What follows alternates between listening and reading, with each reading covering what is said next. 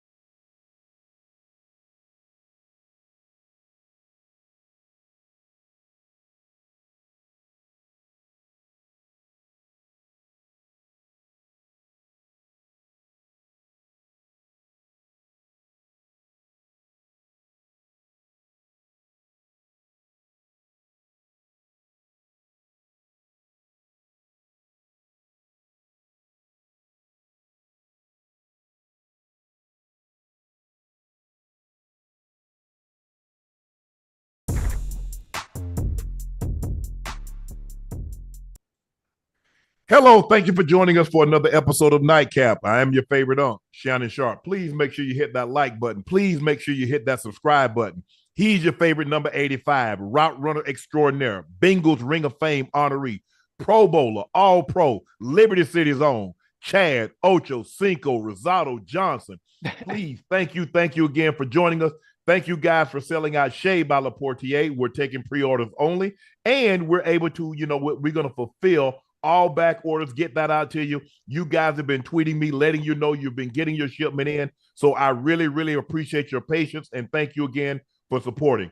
Please go out and follow my social media pages on all platforms. That's Shay Media and my clothing company, 84. And we listed it, it's pinned in the chat below. Nightcap merch is being released this morning.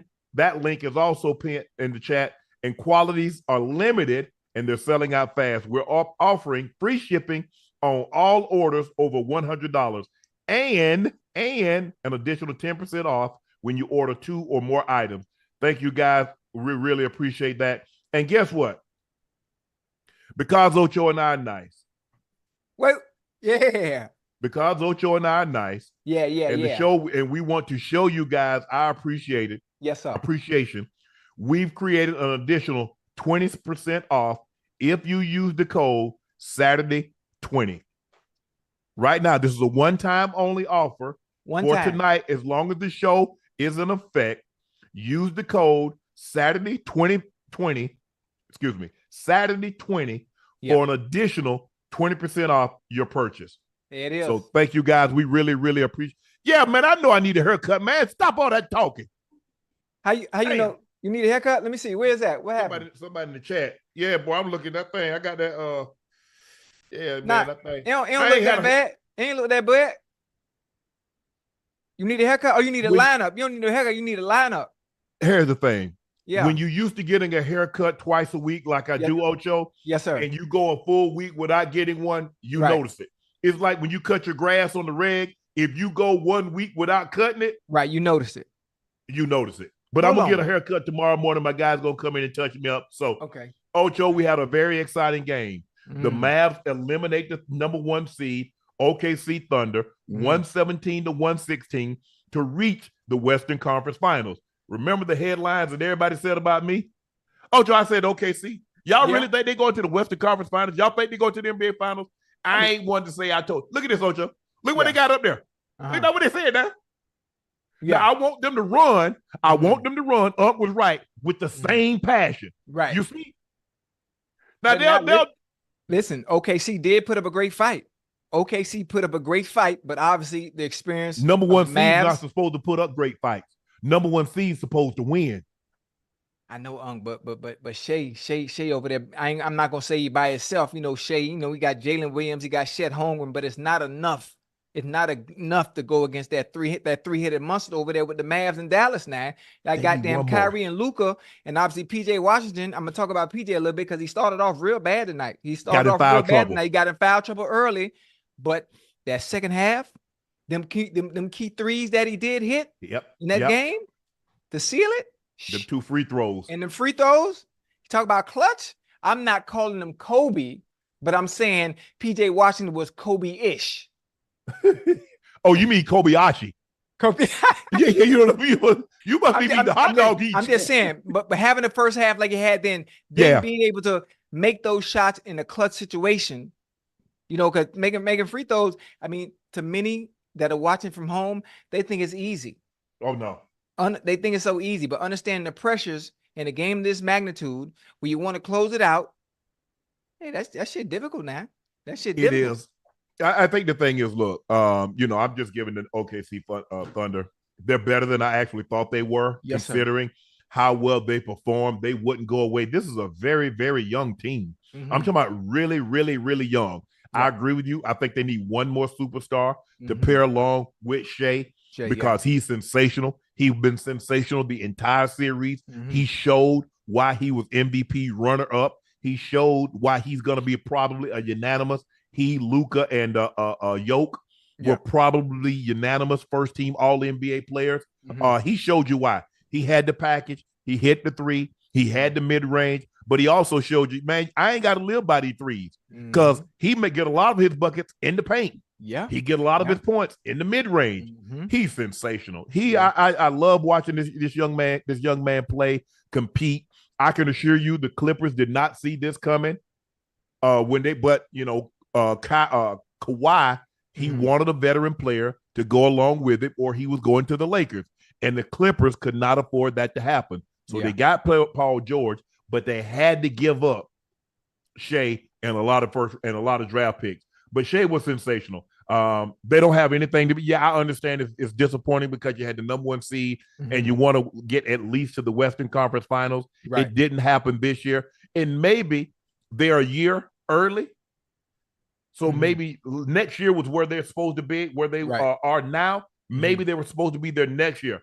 I think if they can get one veteran, a star player to pair along with Shai, because they got everything. I love Chet. Chet does a great job of contesting a lot of shots. He can shoot the 3 ball. He's block. He can defend the rim. He lobs. He great at hovering around the basket, getting rebounds and put back. But tonight you saw when it came down to it, you had Derrick Jones was early. That second half, 3 after 3 after 3. He had 22 points. Kyrie got going in the second half. He had 22 points. Luka had a triple-double with 29, 10, and 10. Yep. I don't know if they would have ever got to that lead, but the turnovers, the Mavericks, whomever they play in the next round, they've got to eliminate. They got to cut down on those turnovers. Because you look at – go ahead. Yeah, I was going to say, you look at the turnovers they had in this game, and as you get to the Eastern Conference Finals, Western Conference Finals, whatever it may be, when you play a better team, you won't be able to overcome some of those turnovers because when you turn the ball over, the better team that you're going to play are going to capitalize and get points off of those, and you're going to put yourself in the goddamn hole, and you're not going to always be able to dig out of it. Even though the game of basketball is a game of runs. Yes. It's a game of runs, you know. Momentum shifts, but as you play better teams that have better scoring output, which is what you're going to face in the next round, you're not going to be able to recover all the goddamn time. Considering the Mavericks out-rebounded by 16 total. They out-rebounded by 7 on the offensive glass. So you're thinking, oh, man, this is going to be easy. But they turned the ball over 18 times, which led to 27 points for the Thunder. That's why the game was closer than what it really needed to be, considering how you dominated the offensive glass, how you dominated total rebounds, but you allow the team to stay in the ball game because you turned the ball over. Think about it. The Mavericks shot 47% from the floor. They shot 16 of 34 from the 3. But when you turn the ball over like that, you're going to allow teams to stay in ball games, and sometimes it comes back to bite you in the butt. OKC is going to kick themselves because they had a 11-point lead at one time. They got it whittled down. They stretched it back up to 17, and they lost it. So they're going to find them, and that's what happens. You're a young team. You got to find ways to hold on to that lead. You got to find out ways to get stops. But I think Jason Kidd made a very strategic move in the second half. He went to a zone defense. Yeah. That allowed them to, because they were going bucket for bucket. I was like, you can't win the game. They got to lead. You can't go bucket for bucket. Right. You won't catch up. Right. So he went to that zone. It allowed them to get back into the ball game. They went away from it. They went out on again. He went back to the zone again. And I think that was a very great strategic move by Jason Kidd. Going to that zone. He went to it twice. It served him well both times. And guys started to make shots, and they did a great job. But OKC, they'll be back. This is a young, gritty team and a hungry team. Jalen Williams is going to get better, but I think in order for them to get to that next level, because guess what? The Nuggets not going away. Right. Minnesota definitely not going away. Right. Let's see what happens with the Warriors. What can they retool with? If they get another guy, if Clay coming back, I think Sacramento, if Zion can stay healthy, right, New Orleans is going to be the deal with. Yeah. So there's a lot of, everybody's going to get, but you keep saying Jalen Williams going to get better, but I think the Western Conference as a whole will continue to get better. So I have a question. That's a good thing. We talk about OKC and how good they were, obviously being the #1 seed going into the playoffs, and you say a veteran presence is also needed to pair with Shai and Chet. Who's the veteran? Who is a great piece? Who is the great piece that would be willing to go play with a younger team? That's the thing, Ocho. You're probably, Ocho, they got 7, 8, 9 first-round picks. They got 7, 8, 9 second-round picks. You might be willing to give up some of those first-round picks and maybe go get a Brandon Ingram. Maybe go get go get a proven commodity. Right. Because the likelihood of you being able to attract someone, ain't nobody going to OKC. It ain't happening, Ocho. It ain't happening. Is it that bad? What's wrong with OKC? I mean, are players looking at the city that they're going to, or are they looking at the team and the chances, and looking at the team and the chance that they have in getting far in the playoffs? Let me ask you a question. You get an opportunity, you can go to Lakers, you can go to Miami, you can go to Orlando. You going to OKC, or you going to one of those places for the same money? Okay, hold on. Orlando ain't going nowhere. Oh, Orlando was in the playoff. They young. Banchero, he legit. Yeah. I know about young dude, but I'm talking about. Think about it. They almost made it to the finals. Eastern Conference Finals. Almost. OKC, no, they went to the second round. The Western Conference Finals is going to be between them. Next. Yes. That's what I'm saying. They almost. That's why I said they almost. Yeah. I mean, obviously they lost to the Mavs. So, I mean, as a player, obviously I don't play the game of basketball. So people in the chat might know a little bit more than I do based on this. But I would want to go play with the Young Bulls. Obviously, we're the #1 seed. So why would I choose in going to a Miami and understanding what Miami has, or going to, I mean, Miami doesn't have a Shai. They don't have anybody scoring 30 points a game. No, but I'm not going to Orlando. Orlando has a great young player. I forgot it. He's Spanish, right? I just say his last Pablo name. Banchero. Oh yeah, Pablo Banchero. Hey, young bull, nice, but again, it's not going to play with a Shai. It's different. We talk about a MVP runner-up. I want to go play with that. Banchero, he's only going to get better. Remember, he made the All-Star team in his second year. Yeah, they got a very young team. You look at Suggs, you look at Wagner. They got a young team. They need a veteran presence. Let's just say they go out and get a Paul George. Let's go say they go and get a Donovan Mitchell. Oh, they're going to be a major player. Donovan Mitchell to OKC. But see, here's the thing. He left Utah. He didn't want to be in Utah. Now, maybe that had a lot to do with Rudy Gobert. I mean, we talk about Utah now. Come on now. But here's the thing, though, Ocho. Trading somebody there, Kawhi wasn't going to Toronto. You see, when Kawhi got his first chance, where Kawhi went? L.A. They traded Paul George to OKC. Now, he stayed because he was with Russ. Right. But he wasn't going there as a free agent. If you go back and look, what big-time free agent has signed with OKC?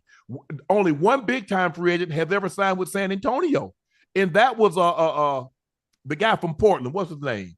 LaMarcus Aldridge. Yeah. He signed with San Antonio as a big-time free agent. Right. It's hard for small market teams to attract big names. Think about it. LeBron could get anybody to come to Cleveland. LeBron effing James. He couldn't get anybody to come to Cleveland. Right. And you think Shai gonna be able to get some people to come to OKC? KD and Russ couldn't get anybody to come to OKC. Man, that's fucked up, man. The way the game it is what it is. You're gonna have to trade and get a guy. Mm-hmm. You got enough draft capital to do it. And speaking of trade, if you trade for a veteran presence, what happened if the players, obviously basketball players make, I call it fuck you money. Mm-hmm. I call it fuck you money. And you could trade a player to a certain place. And what happens if he say, you know what, man, I don't want to play here. Well, yeah, I don't want to play here. Does that happen? Does it happen? They can pull that off. For the most part, like if you're KD, Brooklyn did him a solid. Right. He gave him, like, I would really like to go to Phoenix because he's been a good soldier. Mm-hmm. They did that. Kyrie gave him choices, and they sent Kyrie to Dallas. Now, maybe that was the perfect landing spot. It's kind of like when the fox had the rabbit in his hand. Right. And he told him, he's like, you know what? I should eat you. I should throw you in the briar patch. He's like, please don't throw me in the briar patch. Don't, right. Mr. Fox, if you throw me in the briar patch, I'm going to get all them thorns on me. I'm going to be scratched up. Right. The Fox throwed him in the briar patch, and he said, that's where I wanted to be. You know what I'm saying? So maybe Kyrie, like, I don't really want to go anywhere but the Lakers. Right. And you know, oh, man, I'm with Luka. That's where I wanted to be. No state taxes. Right. He get to play alongside a guy. He don't have to shoulder the load. And Kyrie has matured so much. He seems to be so at peace. Right. I mean, I need to go talk to him because I want to see how he's so at peace. You saw the other night, they won the game. He beating the drum. Yeah. He's a cerebral player that's found peace. Happy, married, kids. Kyrie, hey, we know he's always been able to play. Oh yeah. There was never an issue about his ability. Yeah. Never that. You'll find you don't to be able to handle the ball. 3 levels, the three, the mid range, can finish either hand at the rim, can shoot, can fit the free throw. We never worried about that. You know what else? Not only has he been able to play, but he's been healthy too. Yeah. He's been healthy. He's been healthy too. He's always had issues. I've heard rumblings about his knees being bad, but this year he's been healthy. He's been available.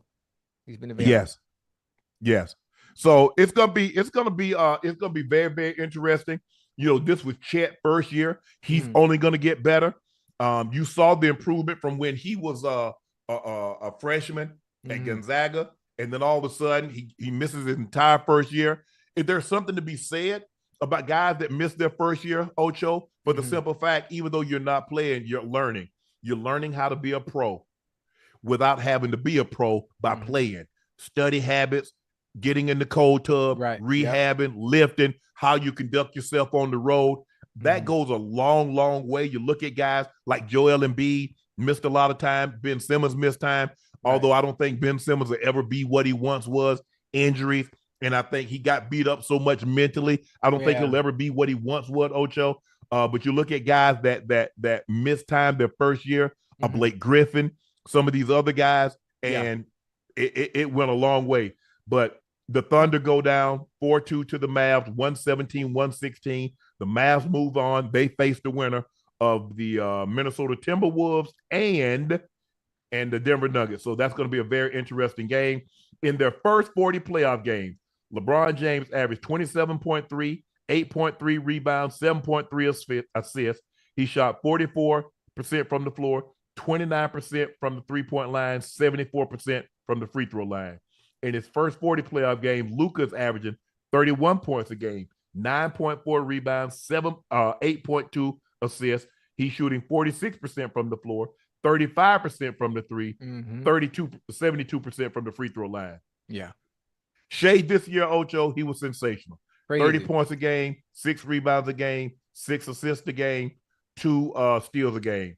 He was first in 30-point games, most 30-point games since Harden in 2019, led the NBA in steals, best player on the number one seed, youngest number one seed in NBA history, second in MVP voting. So the future is very, very bright in OKC. Yeah. The only thing, Ocho, is not to get complacent. Say, hey, we young, we did this, get back in the lab, taking some time off. You know, Shai's going to be on the Canadian Olympic team. I think Lou Dort is going to be on the Canadian Olympic team. So they're going to be playing.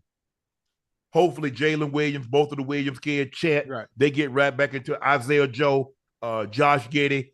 They're probably, I can see a scenario where they move Josh Giddey. I can really see that happening. People talking about KD go back to OKC. Well, that's a possibility. It is. I don't know if he really wants to do that but they have the draft compensation to get it, make it happen to restock what Phoenix lost by trading to get KD.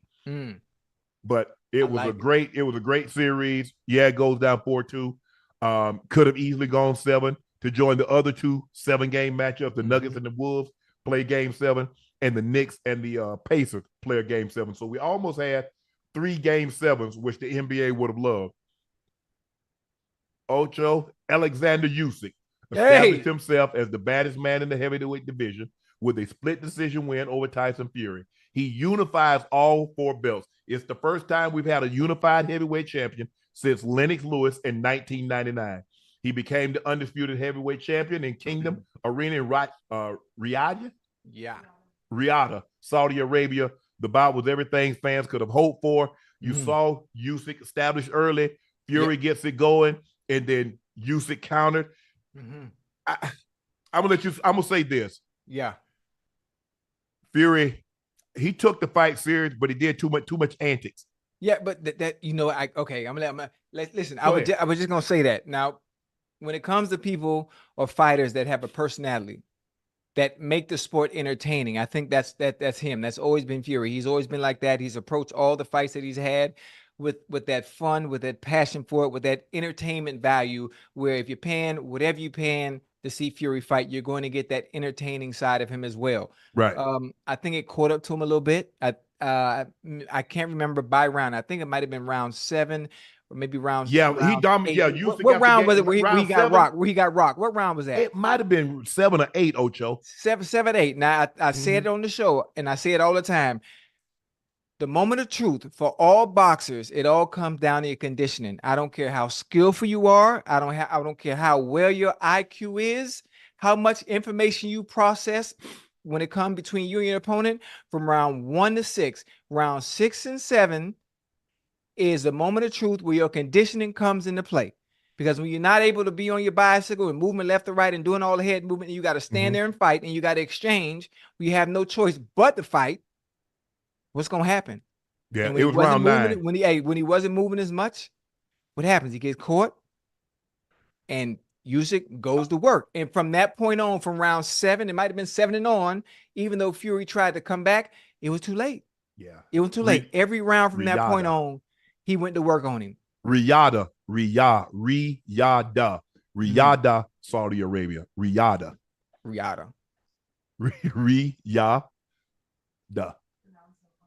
Hey, man, you got to think about Usyk, his path just to get to Fury, right? Yeah. Anthony Joshua twice. Daniel Du Bois, Tony Bellew, Derek Chisora, Maurice Brills, Marat Gassiev, Michael Hunter, Christoph Glowacki. I'm probably saying his name wrong, but dude, Buddy went through the gauntlet.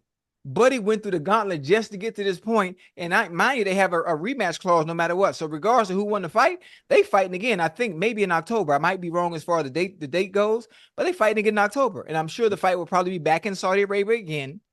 Yeah. And you listen, they get the double dip. And I wonder is Usyk the A side? Is Usyk the A side now? Yeah, for sure. You think he's the A side now, right? Yeah, he got the belts. Okay.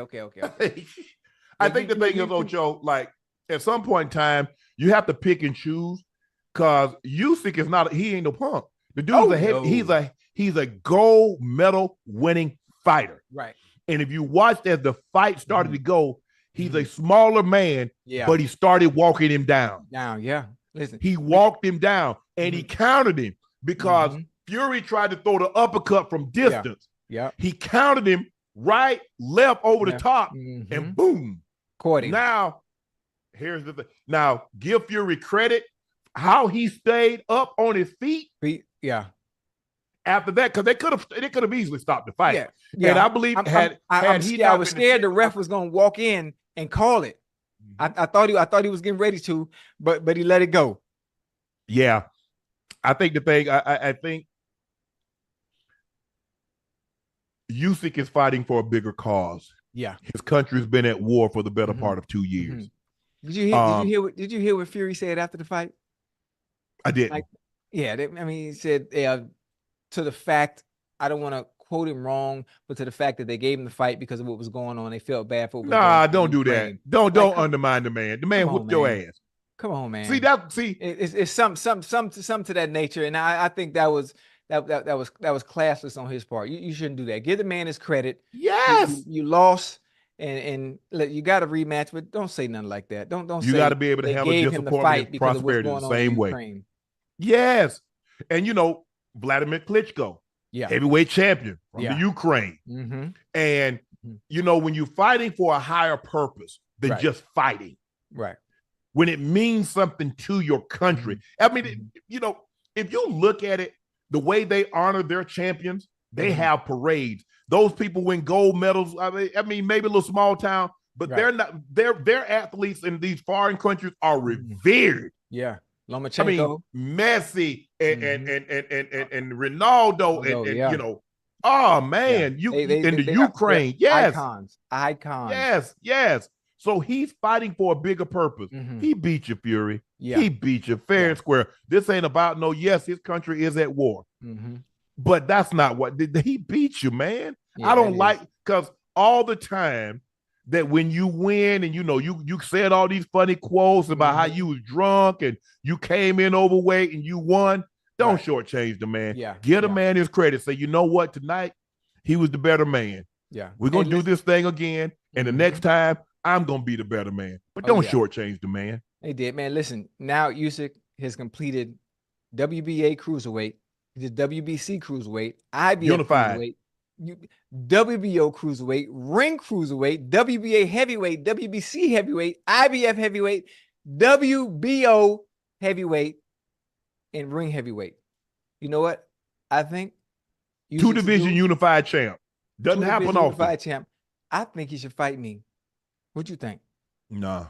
As a tune-up fight. That's not your weight class. Huh? That man will hit you so hard in the top of your head, you peep out your ribs and think you in jail. Don't do that. Listen to me. Stay with me now. Listen, I think it'd be a good tune-up fight before he fights Fury again. Ocho, you couldn't take not one body shot. Yes, I can. You be peeing right there in the ring. I ain't gonna pee. Man, listen, look at them abs, man.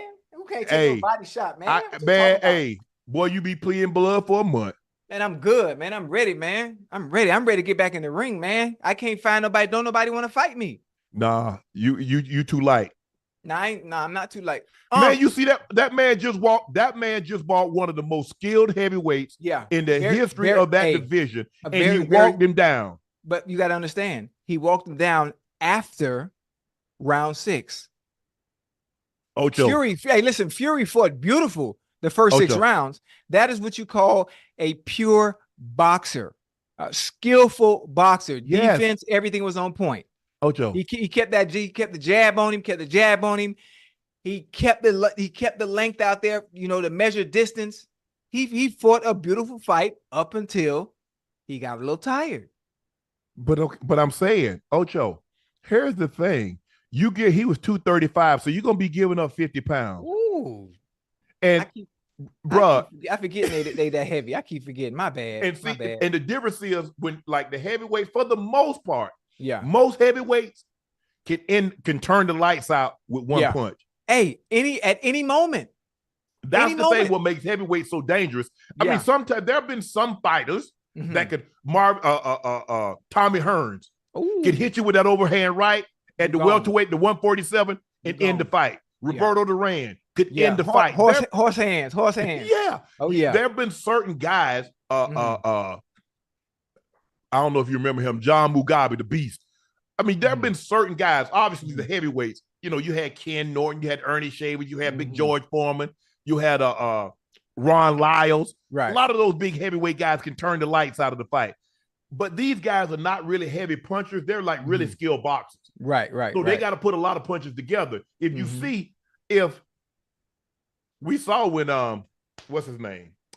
Deontay. When he caught what you call him flush. Wilder, yeah. It was a wrap. Set him to the floor. It was a wrap. How in the heck? I still don't know how he got up. How he got up? Hey, like the Undertaker. He was just sitting, he was standing to the roof and just jumped up out of nowhere. Yeah, that's crazy. Okay, well, listen. Okay, Usyk is too big for me right now because I've been boxing and playing soccer and playing tennis. I'm right now about 180. So how about this? How about I fight like people at 168? How about I fight like Caleb Plant? 168? A super middleweight? Yeah. How about I fight Caleb Plant? Tell Caleb Plant. You better fight somebody like Ryan Garcia or Tank Davis. No, man, they too little, man. They too little, man. Man, that like you with an uppercut. Caleb Plant, Benavidez, he can get this work. Bud, Boots. I'm trying to think. I'm like, and you know what's funny? I'm naming all the people I've sparred before, so I already know what to expect. Any of them boys want some work, let me know. Let me know. They want some road work. They want you to get on the road and put about 3 or 4 miles in with them. Oh, that's fine. I've done that already with them. But I'm talking about what I do to them boys with 8-ounce gloves and no headgear. They know what it is. What? Hold on. Brian Maxwell shot you on your ass. What you think? Hey, hold on. What that was 3 years ago. I've been in the gym for 3 years now. So let me tell you something. Remember how you look as a rookie? And how did you look going into your 3rd year? Do you know how much you improved as a player? So how much you think I improved as a boxer? Ocho, let that sink in. Think about what you're saying. Yeah. That's like a guy coming out there that, hey, really never played football before. Right. Say, you know what? I've been working out. No. And I'm about exactly. I don't like that analogy because I've been fighting all my life. I just you ain't been fighting. Wait, let me finish now. You ain't got no golden gloves. You ain't got no amateur ranks on your belt. Whoa. I got golden gloves from Charles Hadley Park when I used to go at it. What you talking about? I was a golden glove in the hood. What you talking about? I've been fighting. I just never fought in a structured environment like that. Well, that ain't fighting. Hold on, let me. I got one more thing. I got thrown out of Langston University, right? Yeah. You know why I got thrown out? I got thrown out for fighting. Let me finish. I went to Coral Gables High School. I don't remember who the principal was in 1993, but I got kicked out for fighting in the Grove.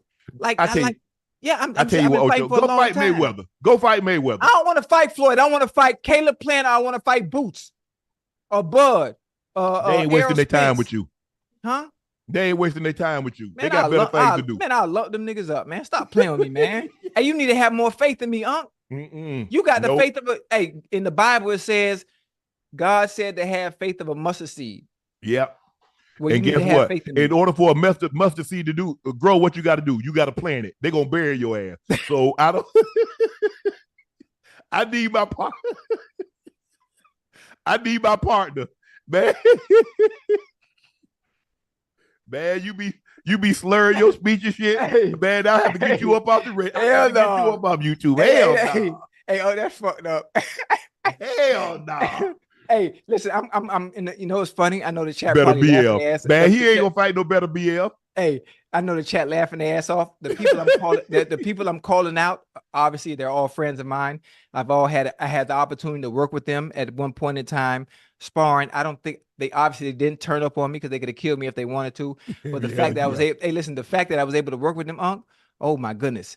I told you how they do. I told you how they do. Once you get inside the ring, they're not your friend no more. No, hell no. They're not your friend no more. They know it's you. Oh, but you got to go to work. You got to, I don't know how many people have actually seen a fight up close, but to watch like Mayweather and watch these guys set punches up, by the time you realize he done hit him, he done draw back. Yeah. So what you see with somebody like, he done recall. You see the guy head, hey, he Yeah. done recoil. He done ready to go again. Yeah. Man, the punches. And the thing is, you got to be able to see them punches. Yeah. And that's what made Floyd. Floyd could see punches so good. He see it coming, bam. And already countering. And that's the scary part when it comes to the elite fighters that are fighting, which is why sometimes everybody is cautious when it comes to exchanging, because as soon as somebody feels something coming back. Yes. And the scary part is you want to be cautious and you don't want to get caught in that exchange, because as soon as they feel leather anywhere, something is coming back. Just it's reactionary and it's because fast. Here's the thing, Ocho. They know whatever punch you hit them with, that hand is down. Down. Yeah. So they come, so they coming with a counter to it. Yeah. And so that's the thing, I remember talking to Holyfield. This when Holyfield was the champ. Yeah. He says the problem is that when you throw punches, you susceptible to get knocked out because you can't throw punches blocking your face. Yeah. So because when you throw something, and remember when he tried to throw that uppercut, that's how he got caught because his hand was down. So he came over top. Yeah. Right on. He counted. That counter left over the top. Now he back into the ropes. That equilibrium. Once that equilibrium shook, I still don't know how he stayed up. It take a little minute to gather yourself too. I still don't know how he stayed up. I still don't. Yeah. I don't know. I'm excited. That's why I'm nervous. I'm nervous for Jake Paul. I'm nervous for Jake Paul. I know it's eight rounds, but it's only 2-minute rounds. And I think they've with done 10-ounce gloves. Yeah, with even 10 ounce. I don't think I think he's underestimating the type of power that Tyson packs. Even at his age. He's short, he's compact, lower center of gravity. Like, do you understand the power that is coming behind them punches, man? Yeah. Even if you do block, it makes you think twice once you feel the power. Yeah. I remember watching that fight with Holyfield fought George Foreman. Yeah. If you get a chance, go back and listen to the sound of them thuds of which Holyfield was hitting George Foreman with. Yeah. How that man stayed on his feet, I still don't know. Yeah. To this day, I'm thinking, and that for every once in a while I go back and I'm like, you could hear that thing through the television. Yeah. I was like, I only saw Mike Tyson fight once, and I saw him fight Frank Bruno. Bruno. Where he hit him and he fell. Yeah. He caught him good. Caught him real good. Crazy. You got it, like I said, you get an appreciation when you see someone do their craft and you get an opportunity to witness in person. Right. Because like a lot of times when you see LeBron, you see it on television. Yeah. But you watch these guys and you watch the Jordans, you watch the Kobe's, or you go to I remember watching the home run derby and see Sammy Sosa and Ken Griffey Jr. go at it, hitting the ball out of Turner Field. Right. Or to see these guys in their craft, in their natural element, then you get a real appreciation for just how good and how skilled these individuals are. Oh, absolutely. And, for me, when it comes to boxing, obviously there's a saying, you don't play boxing. So no. You don't play fight. You don't play boxing. I obviously submerged myself in it for 3 years. I took it as serious as I could. And obviously when I did fight on that card when Mayweather fought Logan, I told Floyd, I said, if I'm going to do it, I'm going to do it right. And I'm not fighting a celebrity. Give me someone that fights for a living. So that was why the decision in fighting Brian Maxwell, who's an MMA fighter and fights bare knuckle, it had to be somebody at magnitude so they understood, those who have been in the sport for years and it's their livelihood. I wanted to show you that I am taking it serious. I'm not going to play around. And just the 3 years after that point and going from boxer to boxer, some of the best, and just watching the way they work, it gave me a better appreciation to their craft and what they do, as opposed to being a fan and watching from the outside. Yeah, for sure. Like, and I understand the work that goes into it. So when I sit back and see fighters fight, and I hear fans talk all this trash, or you should have done this, you should have done that, oh, you sorry, or you can't do that. And I sit back and think, like, I spent 3 months in Philly and I watched Boots train to get to see why he looks the way he looks on fight night.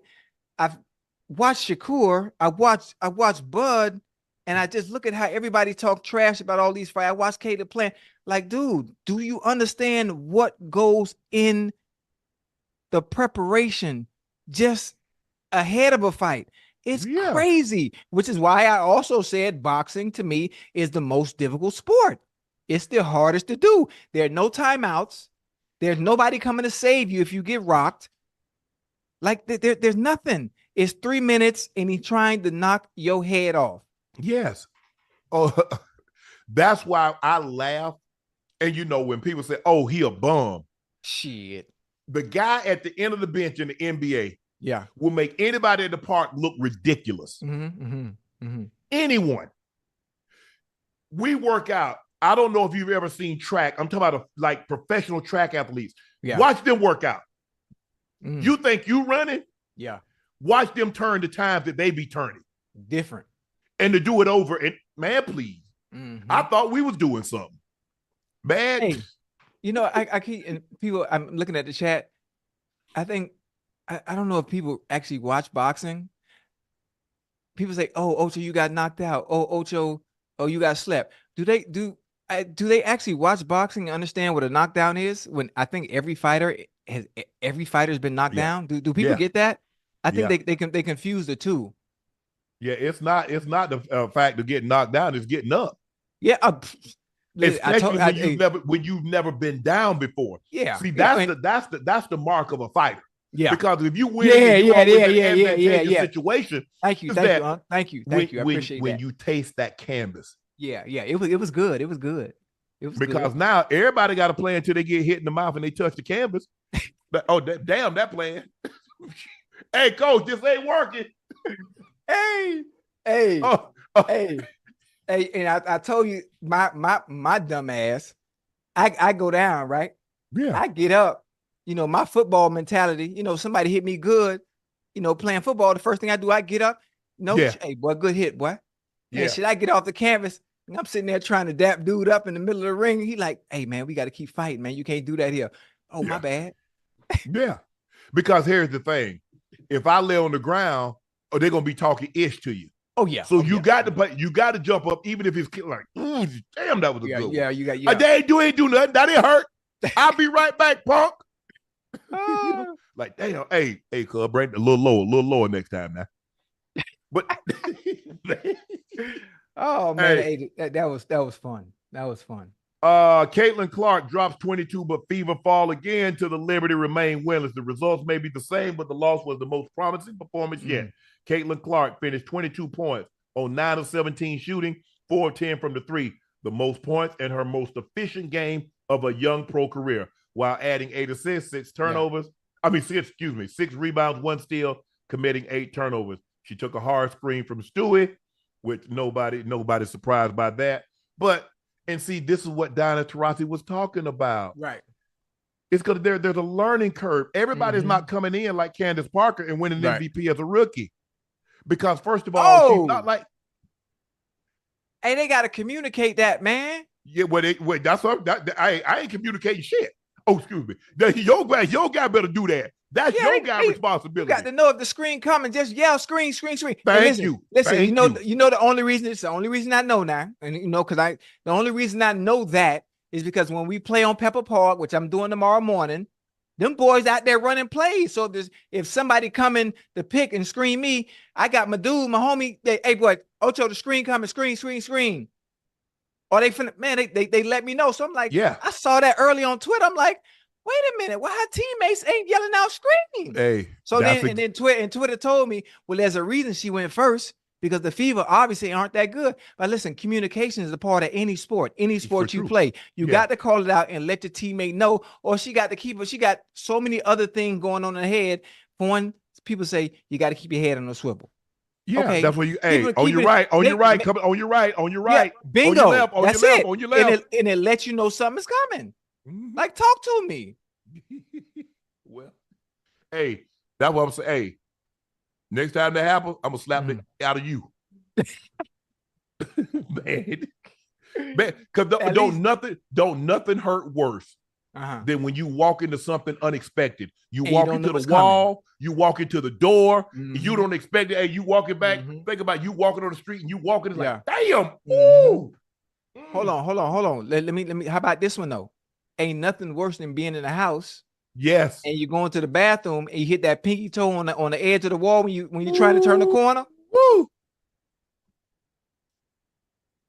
In the hotel room, I just get mad. I just want to tear that hotel room up. I said, y'all don't even know how close I came to tearing this room up.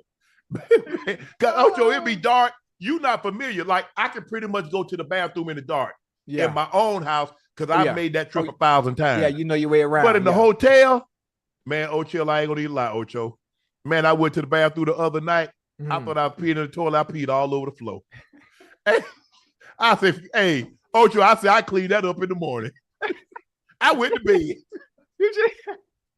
Hey, but here's the thing, because I remember earlier, you know how they have the picture over the toilet? Right.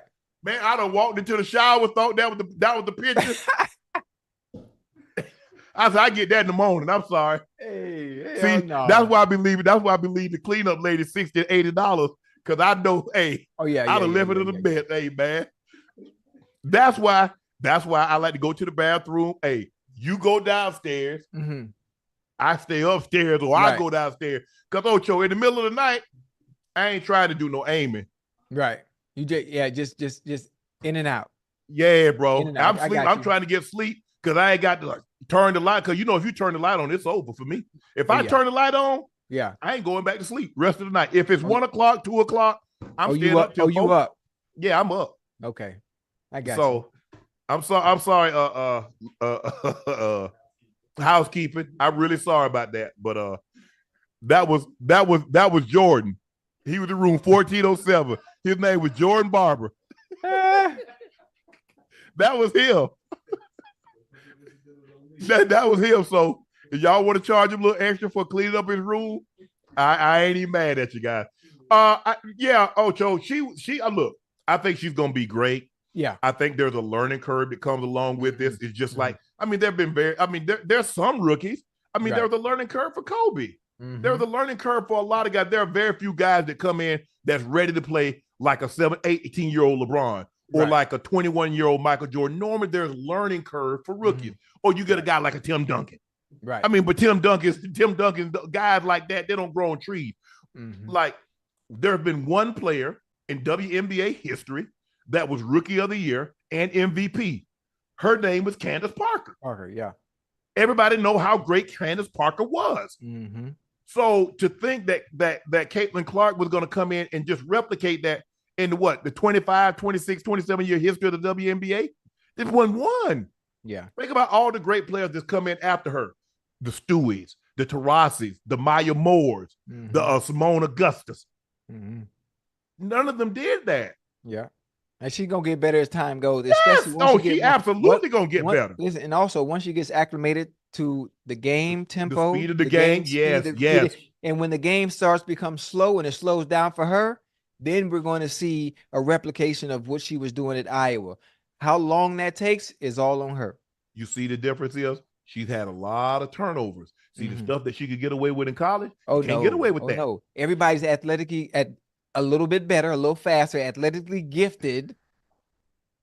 So you're not gonna be able to get away most of that stuff you did in college. Think about it, Ocho. How you could run an out route, be lazy with it. Be lazy with an out route in the NFL and see what happened to it. It's going the other way. That Deion Sanders on you. Yeah, it's going the other way. He gonna have the ball. Hey, okay. You can't be lazy with no route.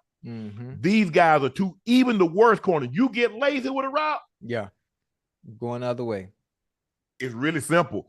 Offensive linemen, sometimes offensive linemen in college, they so much better. Oh, they just dominate them guys. Look at Tony Mandarich. He was dominating guys in college. Yeah. Boy got to the NFL and couldn't block the sun out of his eyes. But it was good and terrible. Hey, Ocho.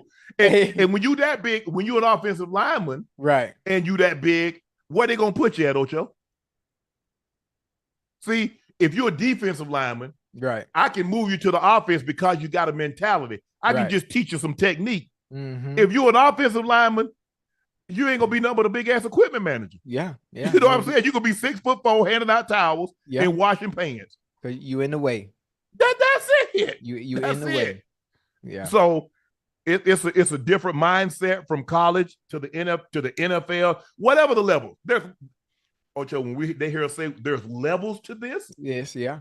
You go to the Louis Vuitton store. There's some bags that's out. You can grab them. There's some bags in that glass case. It's still the same Louis store. Yeah. But there's levels to this. Yeah. That's all I'm saying. But she's doing, she's getting better. You see the first game. She got cut down on some of those turnovers because the stuff that you were trying in college, these women ain't gonna let you get away with that. It's not gonna happen. But congratulations, Caitlin. Hey, we know you haven't won a game yet, but it's coming. It's coming. Oh yeah. Oh, they play again. Oh, they play again on Monday night. Don't they play the Connecticut Suns? Y'all need to get the Suns. Matter of fact, Ash right there by you. Yeah. Ask Ash when the Atlanta team play. I'm going to Atlanta. I'm going to Atlanta Sunday for 3 days. When is that? If they have a next home game, when their next home game? Atlanta Dream. Yeah. I'm gonna be in Atlanta. The Dream playing right now, Ash. When the next time they play after tonight? At home. I'm gonna try to catch a game. The 21st, which is Tuesday. Oh, you gonna be home? Bingo. Yeah. I'm gonna go to them game. Me and Real, we gonna go to the game then. Oh, okay. Before we go on with the newscap, Ash says y'all ordering up a Storm and Nightcap merch, so we really, really appreciate that. Make sure you use tonight's special code. As long as we're on, Nightcap is on Saturday 20 for additional 20% off. We've got 23,000 in the chat right now because we love you so much. We're going to include a free Nightcap mug with the next 10 orders. Oh, Ocho, damn. Hold on. Whoa. Whoa, come on, man. Hold on. Time out. Okay, what's up, Ocho? So how you gonna allow the people to get a Nightcap mug before I even got my own mug? And I'm part of the show, and I was begging for the mug. I think it might have been 3 weeks ago. I ain't got my goddamn mug yet. I tell you what I do. You don't even drink coffee the way I drink coffee. I'll be willing to swap you. I'll send you a case of Nightcap mugs if you send me the Webby. Nah, go ahead. You keep that mug. You keep that mug. Hey, I got my Webby put up in the case. No, sir. Oh, my bad. I thought Ash, you know what? Ash was out. Ash and I, we've been traveling. Right. Ash was in New York with me, so she hadn't had an opportunity to get that to you. Okay. Yeah. Well, what about my other award behind you? You talking about the synopsis award? Yeah, I need that too. I need that synopsis. They say we'll start. It's not coming. That's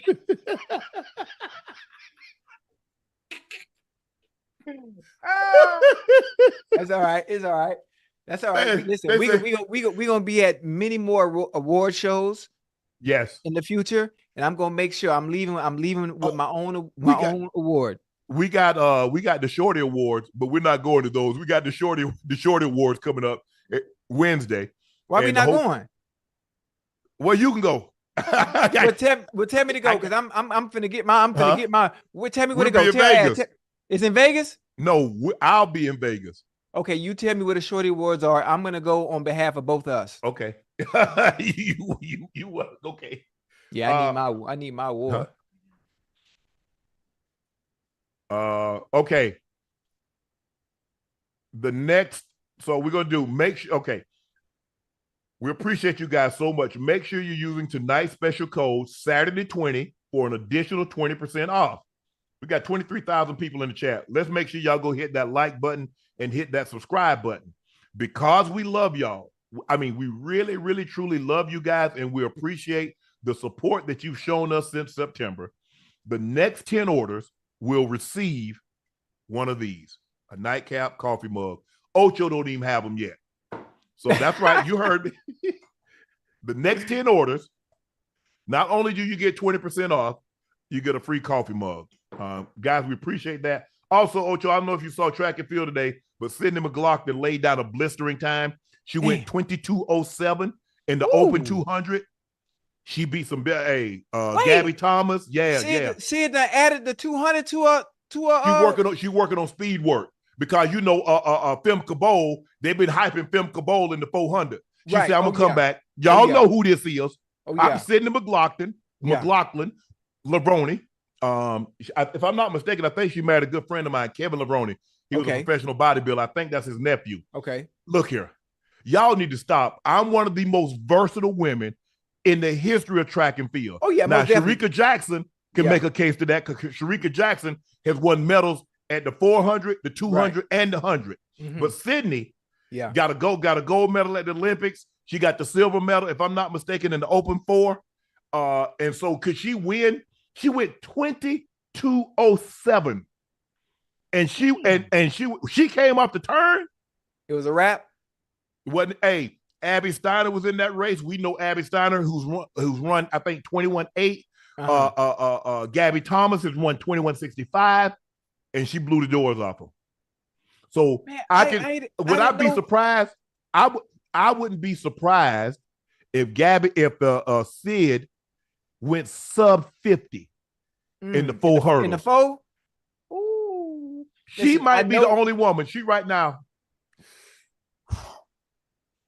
Matarina Koch, world record of 47.60 in the Open 4. There've only been 2 women to ever go sub 48 in the 400. Right. There's a Czech. She has the world record in the 800 meters. She went 47.99. Matarina Koch went 47.60. I think Sid has the ability to go sub 48. Yeah, most definitely. Listen, I didn't even know Sid had the foot speed. I know she had the strength for the 400. She had the strength for the 8, and her kick is unbelievable. Yeah. 400 hurdles. You know how strong you got to be. You know. You got to be for that 400 hurdles. And my guy, nephew, Rob Benjamin, congratulations on you. Hey, world leading time, 46.64. And what? In the 400. He just went, Alison Dos Santos went 46.86 last week. He dropped it down to 46.64. Now, we haven't seen the Viking run, the Norwegian, Karsten Warholm. He's the only man that goes sub 46 in the 4 hurdles. And when we thought, I remember when Kevin Young in 92, right? He went 46.76. I was like, man, and it took him 92. So it took him about 22 years, 21 years to go that. He took it even further. So could we possibly see another world record with the way Dos Santos is running, the way Rye's running, and we know Karsten Warholm. He loves to take the race out and say, come catch him if you can. So could we see another world record? Yes. I expect to see a world record in the women's 400. I believe Sid can go below 50.68. You know where she went to school, right? Who said she went to Kentucky? Yeah. Where? You know, Edric Floyd was her coach. Well, she got Bobby Kersey. Now, we know Bobby Kersey. Hey, Bobby Kersey have him ready to run. Oh, yeah. You know that's what my daughter, that's what my daughter at, right? She at Kentucky? Yeah, my daughter, she run track in Kentucky. But all those girls went there. Abby Steiner went to Kentucky. Kenny Harrison went to Kentucky. Camacho Quinn, JCQ went to Kentucky. Oh, they got them, you know. Yeah, they the real deal. But I just want to give a shout out to Sydney McLaughlin, ran to a lifetime best in the 200 meters. That's not a congratulations, Sid. 22:07. Rob Benjamin went 46.64 in the 4 hurdles. Like I said, I'm expecting world records. I think the world record in both events is gonna fall. Okay. Now it's time for our very, very, very first segment of the day. Newscap.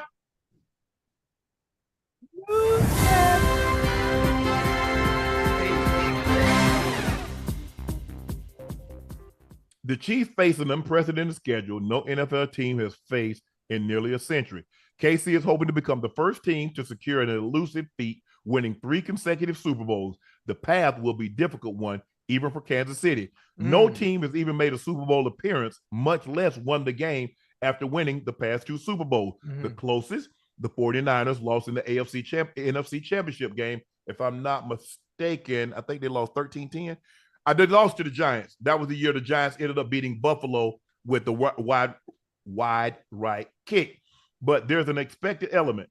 Ocho, the Chiefs will play on 6 different days of the week. They'll become the first team to do so since the 1927 New York Yankees, according to NFL research. The Chiefs will become the first team in the Super Bowl era to play a Sunday night game, a Sunday game, a Monday game, a Wednesday game, Thursday game, a Friday game, and a Saturday game. I think they got like 3 games. Don't they got like 3 games in like 15 days? Yeah. I think they got a stretch, Ocho. I think it's like a couple of teams that got that schedule like that. But they play a Sunday, Monday, Wednesday, Thursday, Friday, Saturday. Hell, they sound like they're playing Pop Warner. That's what we used to do at Pop Warner. It damn sure does. And when I think about this, with the way the scheduling is, and obviously I'm not assuming, I know the NFL is giving them this grueling schedule, obviously the hardest schedule in the NFL amongst the other 31 teams. Do you think the NFL is ruining a potential three-peat by trying to capitalize on the Taylor Swift attendance? Do you think this has anything to do with it? Hell yeah. Why not? Okay, I'm just let me ask you, Ocho. The NFL is a business. Yeah. What are businesses to do? What are business in business to do? Make money. Make money. Make money. That's it. Most businesses are not nonprofit. Nonprofit. Okay, this is a profit business. Okay. Now, in the process, these streaming services, the games on Christmas are going to be streamed on Netflix. Remember, I told you, these streaming services want to be taken seriously. Right. What's the way to be taken serious? I got to have live events. Right. Let me get me an NFL game. NFL, we'll give you $100 million. We'll give you $50 million for one game. Oh, y'all will? Okay, how about I give you 2? How much you give me? There's only so many times you can do alternate jerseys. There's only so many times you can do throwbacks. There's only so many different different helmets you can do. The way to increase revenue is to give these networks what they want. Right. More football games. The fans want it, and the networks want to give it to them. Yeah. And so Amazon, Netflix get games. Obviously, the big CBS, NBC, Fox, ESPN, you got the big 4. So now we got streaming. So YouTube, they bought the ticket. That's crazy. Roger Goodell said by 2025, he was looking to have the NFL, yearly revenue at $25 billion. Right now at about 2021 with a year to go. He right. Think about what these franchises, think about the value of these franchises. Remember, Jerry Jones bought the Cowboys in 1989 for about $130 million. They're worth about $9 billion now, yeah. That's so people, let me ask you at home, if I told you, say, hey, put away $1,000, put away $10,000. In the next year, I want you to save $10,000. And in 30 years, it'll be worth $50 million. It makes sense. These franchises, you ain't buying a franchise for less than $4 billion. The Broncos went for 4.5. The Washington, excuse me, sorry, no disrespect. The Commanders went for $6 billion. Price ain't coming down. It's only going to continue to increase. Jacksonville is looking. The city is looking to help build them a $1.5 billion state of the art. That's Jacksonville. Stadium? That's small market. Yes.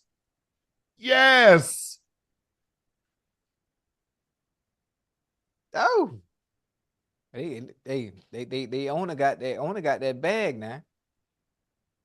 Yeah. Oh yeah. Yeah. Absolutely. All the owners got the bag. Got the bag. A lot of them, they didn't start. I mean, obviously, you look at teams like Chicago, Virginia McCaskey. She's the daughter of George Halas. They're in a whole lot of mom and pops. Is what I'm trying to say. The Earthsaids have been at it. The Bidwells have been at it. For the most part, a lot of these new owners they had other businesses. Ended up buying this. So, you look at Stan Kroenke. He owned the Nuggets. He owned the Avs. He owned the Rams. He owned a soccer team. What do he own? Is it Arsenal? Which soccer team does he own? Stan got his hand in the soccer team too? Does he? What team? Is it Arsenal? Arsenal. Man, Stan own Arsenal? The Nuggets, the Avalanche, and the Rams too. Yes. Man, let me call Stan, man. I could be over there playing with soccer. And I'm in Odegaard. I'm finna see if he'll let me get on. Let me give me a try with Arsenal, man. Yeah. So, and they're building these state-of-the-art stadiums that's multiplex. They can hold concerts, they can hold tractor pulls, truck mud bogging. You got to have multi-purpose because you got to do more than just play football games in the stadium to make it profitable. Yeah. You have these. Look at Jerry. You see what Jerry, and then you guess what? Think about it. Each NFL team got $300 million from TV contracts. Now that's not talking about local naming rights to your stadium. Yeah. AT&T probably pays Jerry Jones about $20 million just to say that's the AT&T stadium. AT&T stadium, yeah. Okay, now we got local TV rights. We got concession. We got parking. Jerry is the only one that has his own deal that all the merchandise. So he prints up, somebody does something, he can print a t-shirt, boom, have it out to you the next day. So now, you see how profitable it is. Damn. Oh, yeah. That's crazy. Yeah. That's crazy. We're going to watch it. It gives us, we're going to be busy because there's going to be a Sunday game, a Monday game, a Wednesday game, a Thursday game, a Friday game, a Saturday, Sunday. So there's going to be a time, Ocho, we're going to be 7 days straight. Oh, that's fine because I'm going to be right there at the games. Don't worry about it. I'm going to be right there. I'm ready. Tua is still waiting for a new contract from the Miami Dolphins, and he's sending a message to try and make it happen. He's been absent from the majority of voluntary offseason work. His absence is believed to be contract related as he enters the final year of his rookie deal. His absence is notable, and he's typically been present even for voluntary work in the past offseason. Things appear to be different now, with Tua wanting a new deal to extend the contract beyond roughly a $23 million fifth-year option he's set to play on. In February, Tua voiced his confidence that the Dolphins would sort the deal out with him. That still hasn't happened, though, despite some warnings that there's no indication that Miami is balking at a long-term deal. Hey, listen, the NFL is crazy, for one. The Dolphins are crazy for two. I understand playing this waiting game with the skill position players. I understand playing it with the receivers. I understand playing it with the DBs. At times, I really, really understand it, playing it with the running backs, especially with the way they're not valued as they once were back in the day. But for the Miami Dolphins to see Goff get his extension, to see with the teams that are sure about their franchise quarterbacks and locking them in and giving them surety and the confidence, you are our number one guy. You are the one that we see in the near future to be our quarterback for this franchise. For them to even be playing this game and haven't come to a deal yet, I don't understand what the issue is. What message are they sending to him for him to be having to wait? What message are they sending him with allowing him to miss voluntary workouts where you should be there throwing and getting a rapport with your receivers? Yeah. Getting the timing down. This is when you want to get all that stuff. This is when you want to get all that work in. What are we doing? I have no idea. I think the thing is, Ocho, where are they going with it? Because the thing is what quarterbacks try to do, whether they're worth it or not, I hate to say somebody's worth it, but what they try to do is that they try to advance the ball. So Joe Burrow's about 53, 55. Tua is trying to get to be 56. So the next guy can get 57 and the next guy can be 58. So with the exception of the running back position, everybody's trying to outdo that because they want to keep the ball moving. And if you notice, since Christian McCaffrey got his deal, no running back has ever been able to approach that $16 million in which he got. Not even close.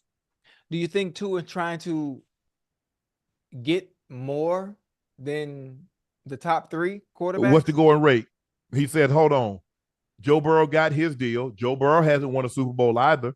I haven't won a Super Bowl. Joe's won a couple of playoff games. You know how they think. I'm just telling you what the agent is saying. That might be the issue. That might be the issue. Of course. That might be the issue. Now, are you trying to break the bank and reset the market? Because if you do that, you mess up them being able to keep the pieces That ain't got nothing to do with you. me. My job is to play football, not try to work on the cap. You got a general manager, you got a capologist for that. You ain't ask your capologist to go throw touchdowns. You ain't ask your you ain't ask the general manager to catch no passes. So why are you asking me to try to manage your cap? Yeah, I'm that's dangerous though. That's dangerous. That's dangerous, especially on his part. I think Tua, his success is because of what the pieces he has around him. I wouldn't take a huge chunk of the pie trying to get $55 million a year and understanding that if you getting $55 million a year, then they're gonna have to take some of them nice pieces around you that also make a good that ain't my amount of money concern too. It got to be your concern if you're trying to win. It I'm got to trying to be. It got to be. What your is, concern. hold on. You won't say that when them teams ain't trying to win. I understand what you're saying, but come on now. I'm just saying. See, you see what we do? We'll hold players to a standard we were not willing to hold the teams to. You see what you saying? Now, how many teams you actually think out there, Ocho, really trying to win? Oh, like really trying to win? Yes. Really? The Chiefs, the Bills, the Bengals. I'm talking about really trying to win and actually have a chance. Philly, Cowboys. They ain't trying to win. You know, it's very few, and the rest of the teams, they know they're far away. They are pieces away. Ocho, it's kind of it takes a special type of person to really work hard. Yes, sir. Knowing I'm making X. Mm-hmm. I'm gonna make X regardless whether I work hard or not. Every team knows I'm gonna get 300 million even if I don't make the playoffs. I got 300 million coming. Mm-hmm. Plus I got the revenue from attendance. Plus I got concession. Plus I got parking. Plus I got naming rights. Plus I got local TV. Plus I got merchandise. So what's my incentive, Ocho? I need you to give me an incentive. I hate when you put it like that, bro. I hate when you put it like that. Baltimore's trying to win. Oh yeah. No Steve Bisciotti. Like I said, when I was there, he was the majority owner. Then a couple of years later, he bought the remaining shares from Art Modell, rest his soul. But when it comes down to it, man, it is what it is. Hey, I just want the players, Ocho, because here's the thing. I want the players to get as much money as they possibly can. Because you know that day coming, Ocho. Oh, yeah. I done gave you a pay cut. And guess what you're going to do one day? You're going to let me go. Always. If Tom Brady gave for 20 years, Tom Brady gave the Patriot pay cut after pay cut after discount after discount after discount. And when he wanted 2 more years, what did they tell him, Ocho? Nah, we think we gonna move on. 6 Super Bowls, 6 Super Bowl wins, 9 Super Bowl appearances. How many AFC Championship games? After discount after discount after discount, MVP after MVP. Guys, can I get 2 more years? Nah, we straight. Hey, but remember whose call that was, though. You told me if you're trying to win. Tom tried to win. Tom proved he could still win. Tampa went to the playoffs every year. Now, do I believe New England was equipped? No, he went to a ready-made team. I believe they could have made the playoffs between the year before. Jameis wouldn't stop turning the ball over. Right. You ain't going nowhere if if your quarterback got 30+ turnovers. Yeah. And they still finished 9-7 with 30+ turnovers, Ocho. Yeah. That's crazy. Think about how good that team was. Yep, 33 to touchdowns. win that many games with 30+ turnovers. Yeah, they were good. Do I believe New England could have won a Super Bowl? Not with that roster. Not with that roster. Coach Belichick had allowed that roster to get beat up, had allowed it to get slow, had allowed it to get old. His drafts didn't hit anymore. He's drafting players that within 2 years, they're gone. And he had lost his magic. And you start reaching and deeper and trying to get diamonds in the rough, like he got Gronk in the second round, like he got Hernandez in the third round, like he was getting some of these guys in the later rounds. Damn. It got to the point that even Tom greatness couldn't overcome the mistakes that he was making in the draft and in free agency. And when Tom couldn't overcome it, you know something going on, because that mofo could overcome anything. Anything, yeah. And he said, you know what, man, I still got it in me. I want to play some more. Think about all the money that you saved by me taking less than what the market required for a quarterback. They said, nah, Tom, we really appreciate that. But, hey, Ocho, you know what somebody, you're right. I can see where you want that. But we want to go in a different direction.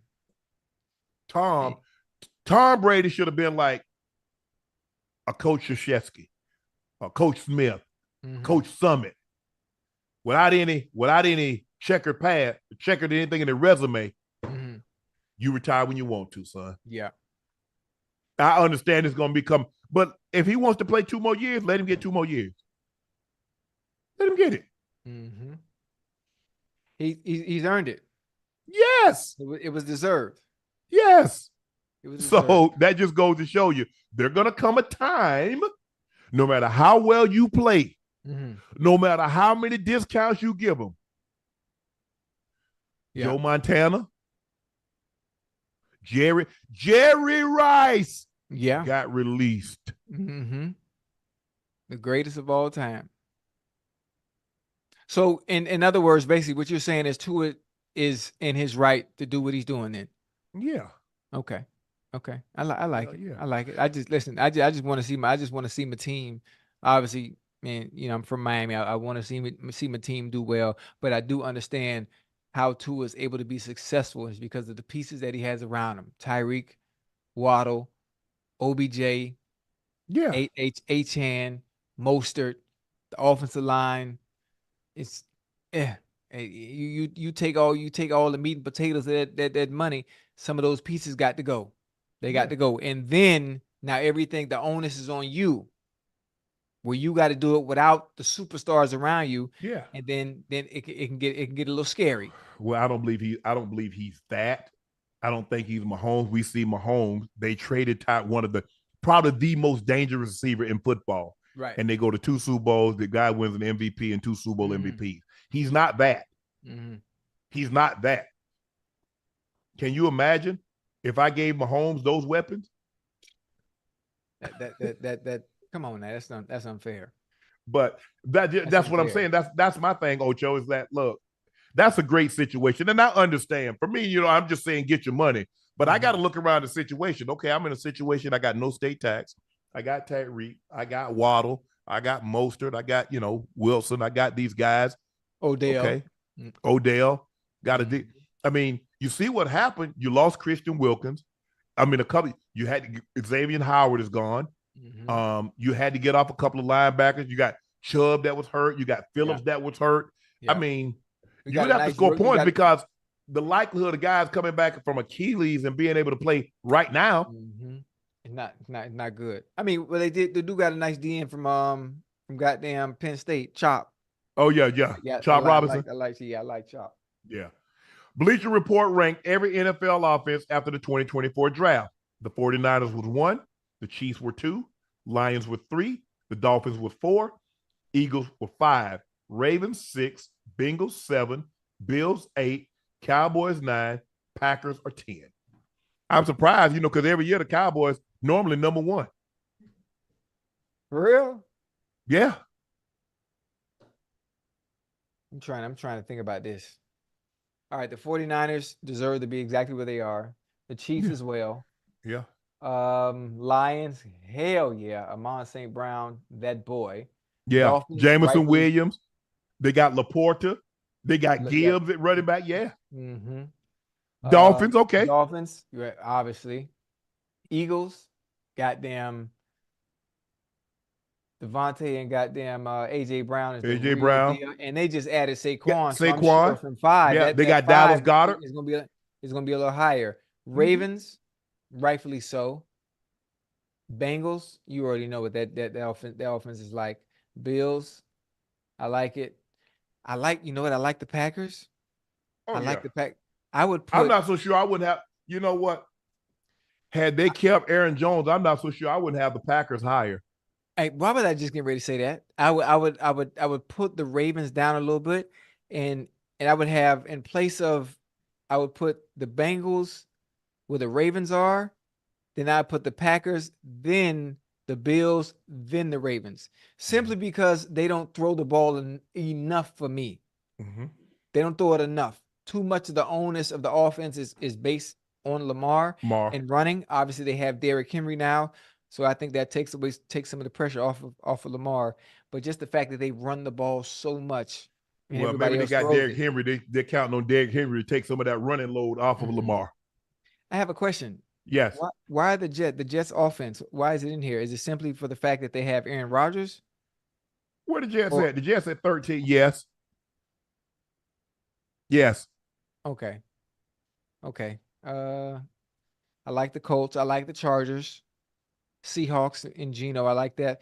I like Texans. I like the Texans and Rams are some good ones. The Man, Packers. hold on. The Texans with Diggs, with Nico Collins, Tank Dell, Dalton Schultz. Yeah. Are we sure? I mean, What? I'm trying to figure out what y'all like so much about the Cowboys. Okay, they got CD. Okay, what else? So would you want to switch the hold Cowboys? on. Would you Ain't want to no way switch in the hell Cowboys? hold on. You think the Cowboys offense is better than the Texans? No, they're not. No. Hell no. No, hell no. With Diggs, Tank Dell, Nico Collins, Dalton Schultz, and CJ? That's crazy. Oh, That's hell crazy. no. That's crazy work. The Packers. No. Hey, the Packers are really, really good. Packers are really, No, really hell good. no. Ain't no way the Texans got to be out of the top 10. Nah.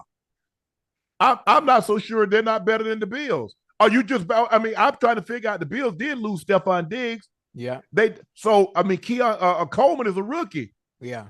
They lost what's the other receiver that went to Jacksonville? Gabe Davis. Gabe Davis. Yeah. I like the Kincaid. I like Dawson Knox. Mm-hmm. But are we sure the Bills offense is better than the Texans? Well, and you know what? Hell to the no. And you know what it does too? It puts the onus on Josh Allen. Now you are who you are. You are who you say you are. Now you have a superstar that's gone. So you're going to have to do your due diligence with what you got. Yeah. And I think Keon Coleman is going to be phenomenal. You know, if the entertainment value that he brings through the media is anything like his play, they're going to be fine. And they just got Joe Mixon. Yeah, Joe in Houston. The Texans. Yeah. No, hell no. Ain't no way the Texans should be 12. So you putting the Texans at 9? Man, I'm putting the Texans in front of the Bills, in front of the Bengals. I'm talking about just from an offensive standpoint. Whoa. You put them in front of the Bengals? Yeah. Shit. Oh, now you tripping. Now you done bumped your head. Now we got Joe Burrow. We still have T. We still have Chase. We got the young speedster Burden from Alabama. Come on now. Don't do that. I put him in front of him. Don't do that. I put him in front of him. No, I thought you loved Diggs. I thought all you was talking about, man, Tank Dell, Nico. That's all you was talking about. Oh, yeah, it real deal. But now we talk about Chase, Higgins, CJ. Did you see what CJ did last year? Yeah, I saw what CJ did. Mm-hmm. And see what happened. See, Burrow missed a few games. Now we done forgot. All I'm saying is, hey. All right. Janet Jackson, what have you done for me lately? All right, Ocho. Former Texans cornerback Steve Nelson takes a shot at DeMeco Ryans. Let's go, Milk Dud man. It's your time to shine. Damn all that meathead persona. Time to get hands dirty for the city.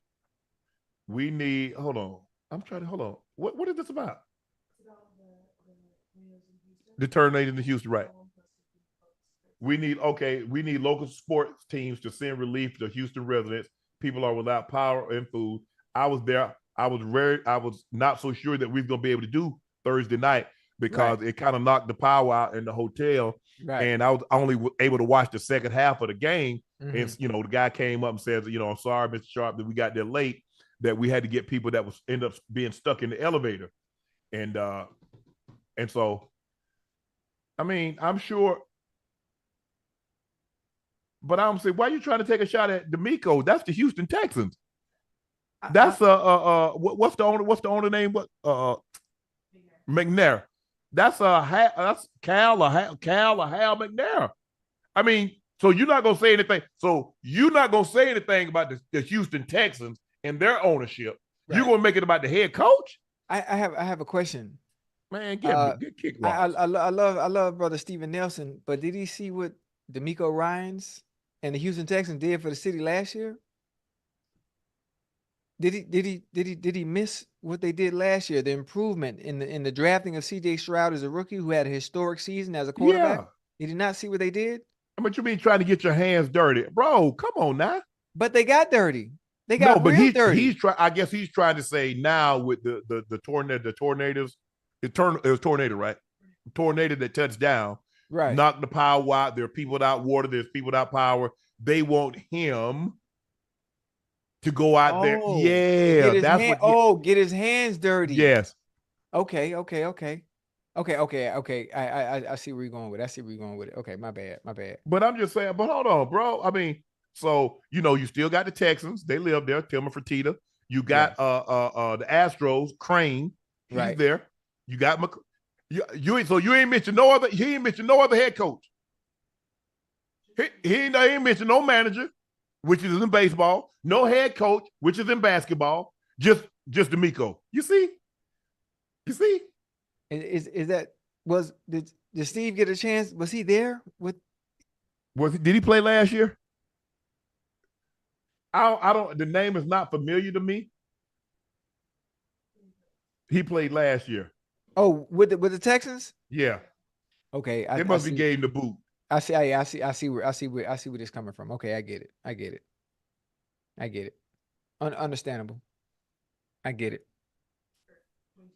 But if anything, I would be calling on ownership to do and help the city of Houston. The owners, the ones with the long money, should be first in line to want to help the people. The same people that buy the merchandise, the same people that attend the games. This is the time where the owners can repay and help those that are in need. That helps them during basketball season, football season, baseball season. This is their time to step up. I'm sure they'll get it figured out. But I think normally in situations like this, the sports teams in those cities, they normally step up. Especially, you remember when they had the flood? I think all the sports franchise, I think they stepped up. JJ Watt raised like $20-30 million. Yeah, I remember they had what did they call those things? What do they have those things? TV.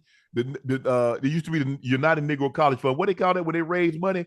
What are those? Telethon. Fundraiser. Telethon. Yeah. They had that. So I'm certain that the sports franchises in those areas, as far as some local businesses, I'm sure they'll step up. I think maybe some other owners around the league will also donate the residents of Houston.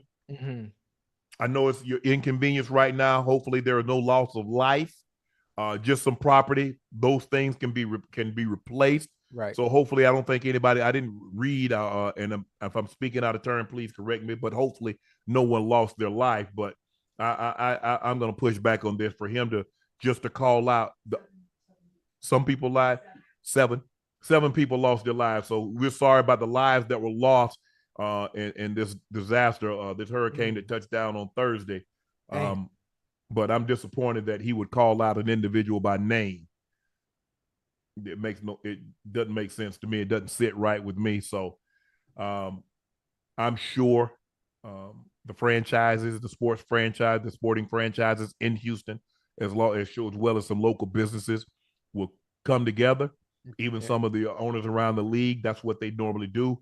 And they'll build back Houston. Our hearts, thoughts, and prayers go out to the families impacted by all of this and the lives that were lost. So here at Nightcap, you have our deepest sympathies and prayers.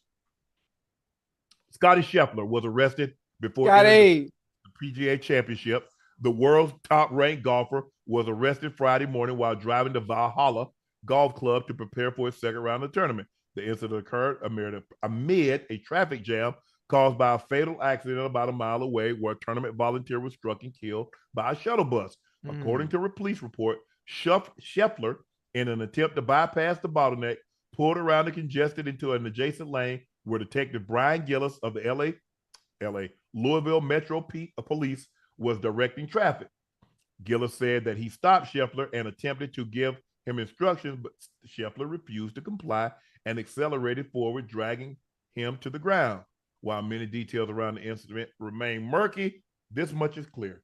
Scheffler was arrested, slapped with 4 charges, 3 driving-related misdemeanors, and a second-degree assault of a police officer, a felony, before being released in time to make the Friday morning start. Listen, I think the officer probably didn't want to hear what was going on, probably because of the incident that happened, someone that lost their life, and Scheffler trying to go around the traffic and get wherever he had to be on time, I'm assuming for tea time or whatnot. And I mean, listen, I would have tried to be as nice as possible to the officer, explaining, listen, I'm trying to get to so-and-so. I'm trying to get to point A so I could be there on time. I'm so-and-so. I'm getting ready for it to play in, the PGA Championship, whatever. I'm assuming maybe he didn't do that. And maybe if he did, it might have worked. Obviously, if he did, maybe the officer didn't care. Maybe the officer might not have been a fan of golf. He might not have been a fan of goddamn Scottie Scheffler. But this incident could have been prevented.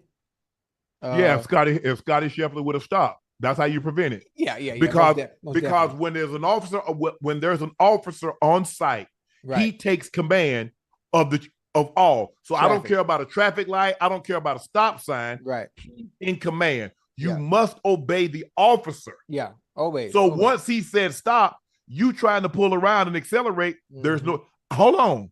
I thought all you had to do was obey. That's what they tell us. Oh, yeah. Oh. Yeah.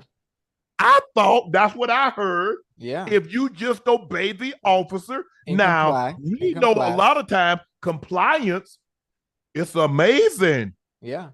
It's amazing. Non-compliance, and he got to his event. I know there have been situations where non-compliance, the family had to release right doves on a date. I ain't just saying it is what it is, but I'm just saying, I thought non-compliance, and this is in Louisville?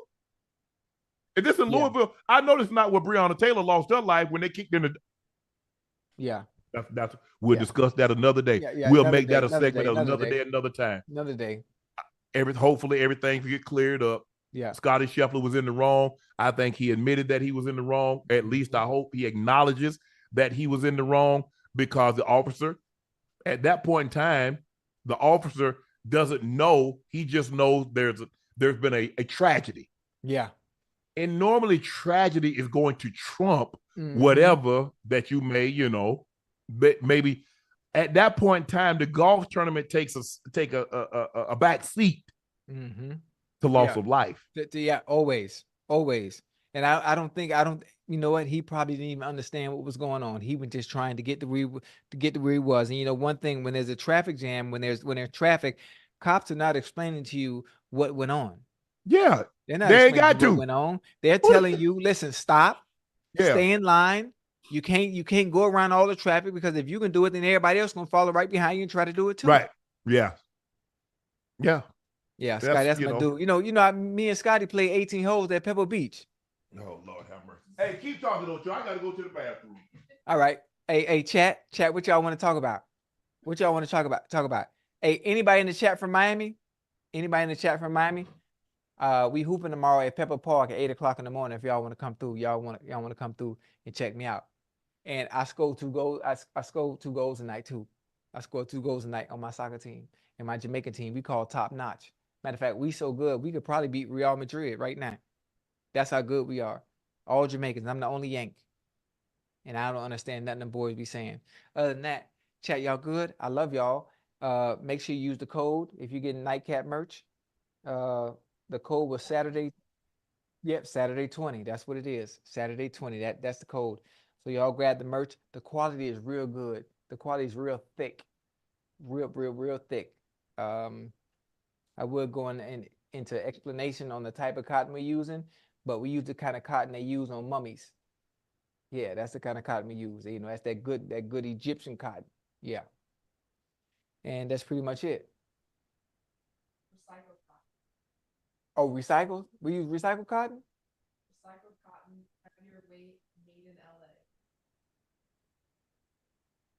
Yeah, we use recycled cotton from Egypt. Like the same cotton that they wrap the mummies with. Yeah, that cotton. Real nice, thick. You can wash it and wear it again. It don't shrink. That kind of cotton. Yeah.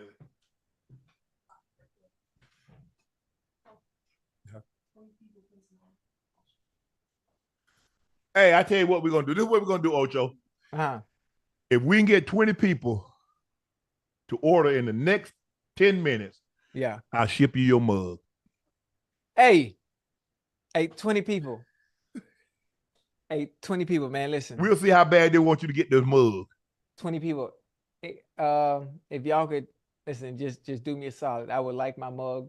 I would like to have my Nightcap mug so I can enjoy my lattes and my cafe con leche in the mornings. Just do me a solid. I never ask y'all for nothing. I'm normally on the giving end, but if you could find it in your heart, 20 of you, just do me this solid, please, as if my life depended on it.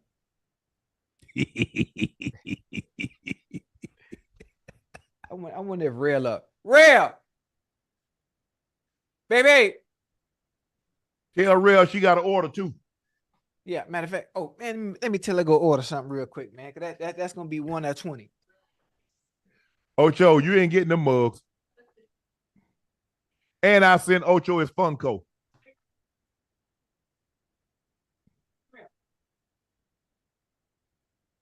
Put a bonnet on. Rail just donated. You just bought something for $200.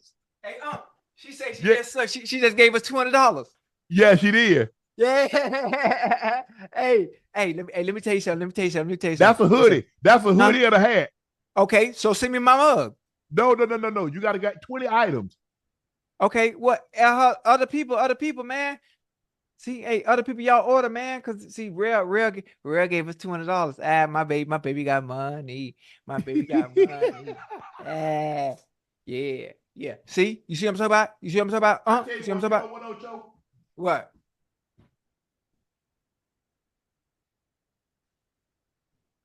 And as a consolation, I'll put that in.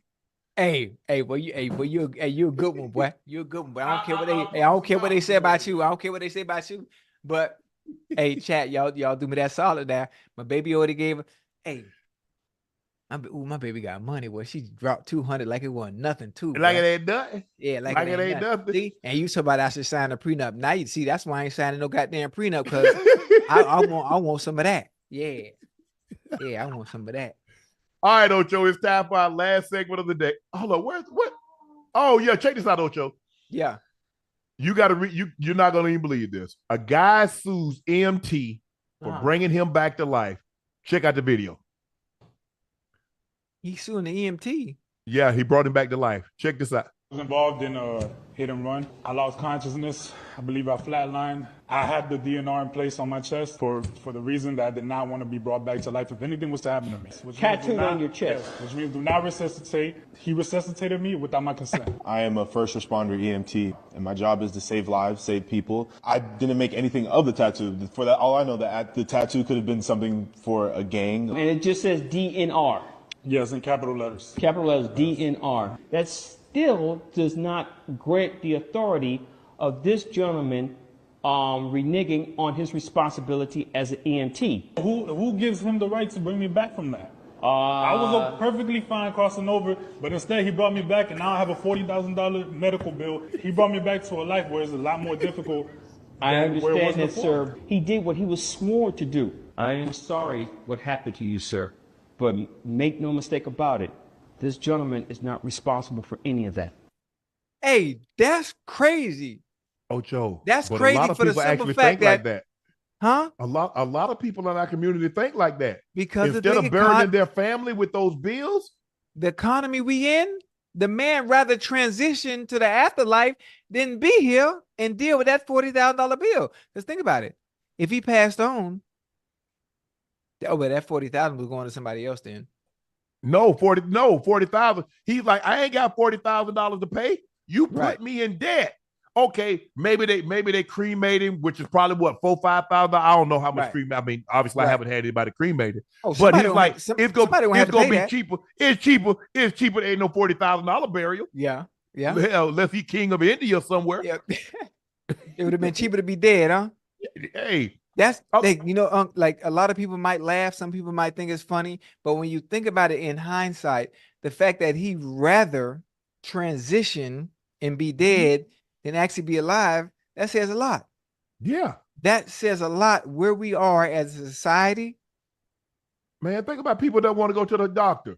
Doctor costs money. A lot Yeah. of people are not in position. To go to the doctor. Emergency. You have to have they come to your house. You got to have an Yeah. emergency, and Right. you got to use the ambulance. Man, people ain't got money for that. That's crazy. So they like, That's hey, crazy. God tried to bring me on home. I ain't finna put my family in debt. I'm finna put people in debt. Right. They never be able to get off from under these bills. Some people $40,000, they never be able to pay that. Man, that's why. Listen, Well, that as long as I owe you, you'll never be broke. that's true. That's true. I think we got to vote. We got to vote. Yeah, I think that's the Hey. only way things are gonna change. I send gotta the vote. hospital. I send the hospital a bill. I send them a note, Ocho. Yeah, and say, I'm gonna say, look here, I'm gonna put this 40,000 on a running account. If I don't run up and pay y'all ass, don't y'all run up and ask me for it no more. Man. Hey, I mean, I grew up in a situation, Ocho. I mean, we ain't have no money, Ocho. We couldn't go to no doctor. Right, I mean, right. I'm talking about it really had to be life or death. Right. Like, I mean, a cut, I remember.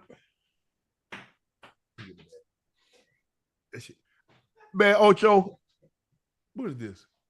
You see that scar? Can y'all see that scar put on my chin? I had a mole about the size of my pinky, Ocho. Right. My aunt told me to go. We had a Shetland pony. And she said, go to the horse pen and get a couple of his hairs out of his tail, and bring me the scissors. My aunt cut it off. What? The mole, yep. That ain't hurt. You ain't had Yeah, it anesthesia? hurt. What anesthesia? Cut it off. Man, that thing bled so much. And then she told me to say, find some cobwebs. So I had to find some cobwebs. I went and got a big handful of spider webs. Went all through the house on the back porch. Front porch got spider webs. And that's what we use for gauze. But God damn, boy, that's a home remedy. I ain't never heard of that home remedy right there, boy. Man, my aunt, I used to let my aunt, man, she try it. I let her, they try anything on me. I'm game. I ain't know no better. Hey, I like that. That's a good one.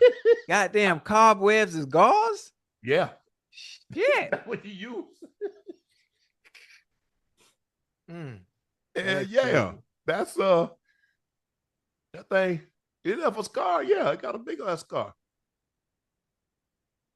But that thing, that mole's about that big, Ocho. About as big as my pinky. The tip of my pinky. You had to get that thing up out of there, huh? Yeah. I told her, she like, you want me to cut it off? I said, yeah.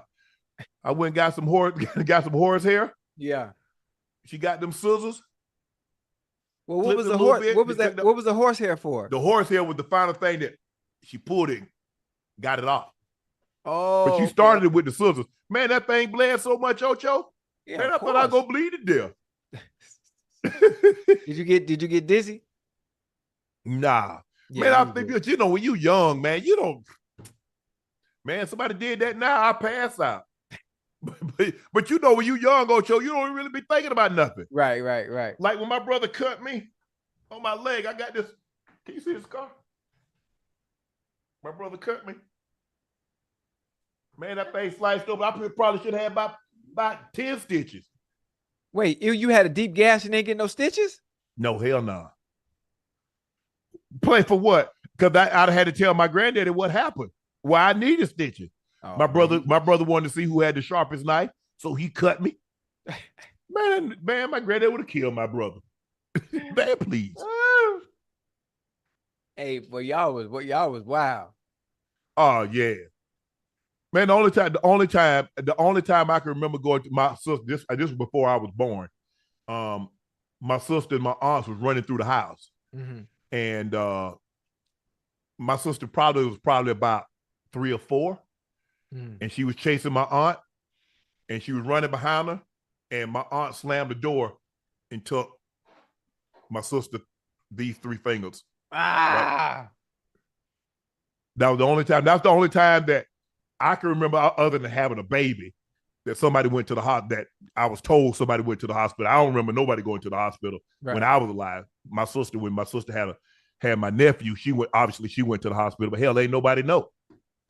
They like, hey, you talking about her stomach hurt? I'm like, what the hell your stomach hurt for? Had a baby. So that's what happened. Man, that's crazy. Dang. How many orders were we at? Ocho, we got 17 orders. People must want you to get that mug. So we need 3 more? 3 more orders? We need 3 more. 3 more. 3 more orders. Well, technically, my baby sent us $200. That's included. We included that. For real? Yeah. And you had to pay for the hoodie that you took. I ain't take no hoodie. You gave me that. Yeah, you did. No, ain't no gauge-ish. Whoa. I'm a part of Nightcap. You mean I can't get a hoodie without having to pay for it? No, hell no. You charging me too? Yes. God damn. I sent my brother the link. I sent his ass the link. My homeboy Bucket, he got the link. Okay. Burns, he got the link. All right. Well, you know what? My kids asking for Nightcap stuff. I'm finna send their ass the link too. Hell yeah. Yeah, okay. Ain't nobody getting nothing free. Hell no. Hey, well, that's he funny. did it. That's funny. My brother just placed the order. He did? Yeah. Yeah. Hey, and that means Sterling watching, huh? Oh, for sure. He watch all the time. Hey, Sterling, what's up, boy? Holla at your boy, man. Yeah, I appreciate that, Spank. That's what I'm talking about, bro. Hey, come down to Miami. Tell Sterling. He was one of the first ones, though, Joe. He was one of the first ones. He probably done purchased 20 bottles of Le Portier. For real? Yeah. I like it. Hey, Sterling, come down to Miami, man. Let's go to Tootsie's. Nah, hell nah. You got a golf tournament? He'll be there. Nah, I don't like no golf, man. Huh? I don't do no golf. Oh, okay. Somebody in the chat I done stole a hoodie. Yeah, he did. He did. You did. I ain't even. You notice I ain't got no Nightcap merch. I ain't got I don't have anything. Oh, I got a hat. I got a hat and the hoodie I stole. Yeah. See, I'm glad you finally admit you stole it. Nah, I mean, no. I just forgot to take it off when we finished shooting. Yeah. All right, Ocho. It's time for our last segment of the night, and it's called Q&A.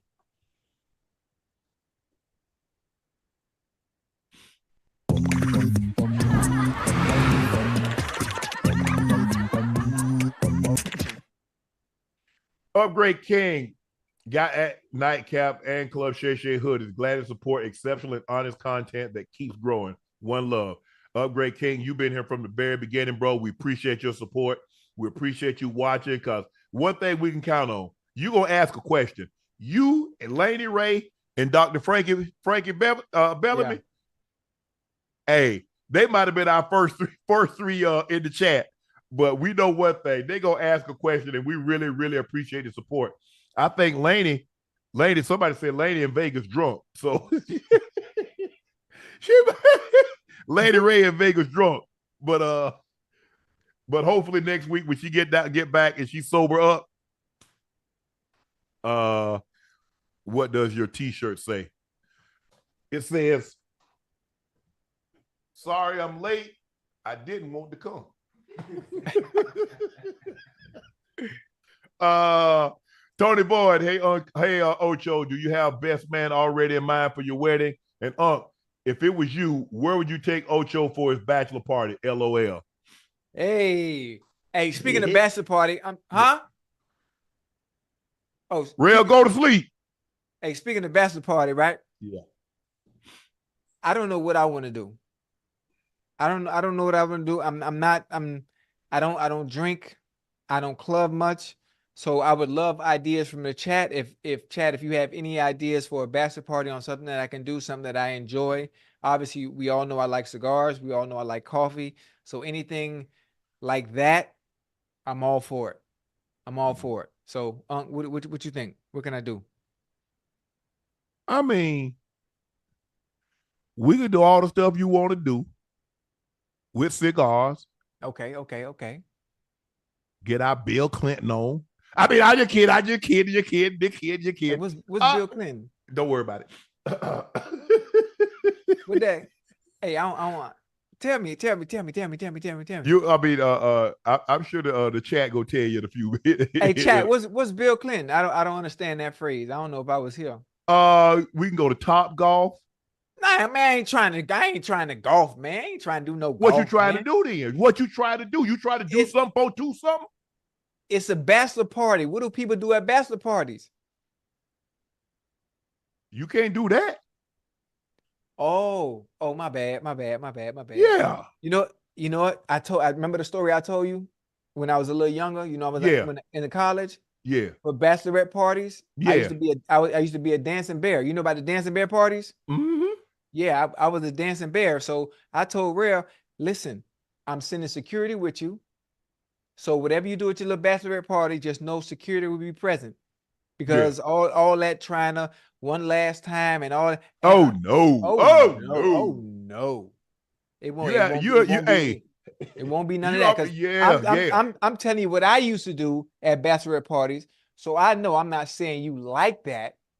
I'm not saying that's your character, but just in case. Whatever you ain't got, you won't be getting. Yeah, I promise you that. No. Hey, man.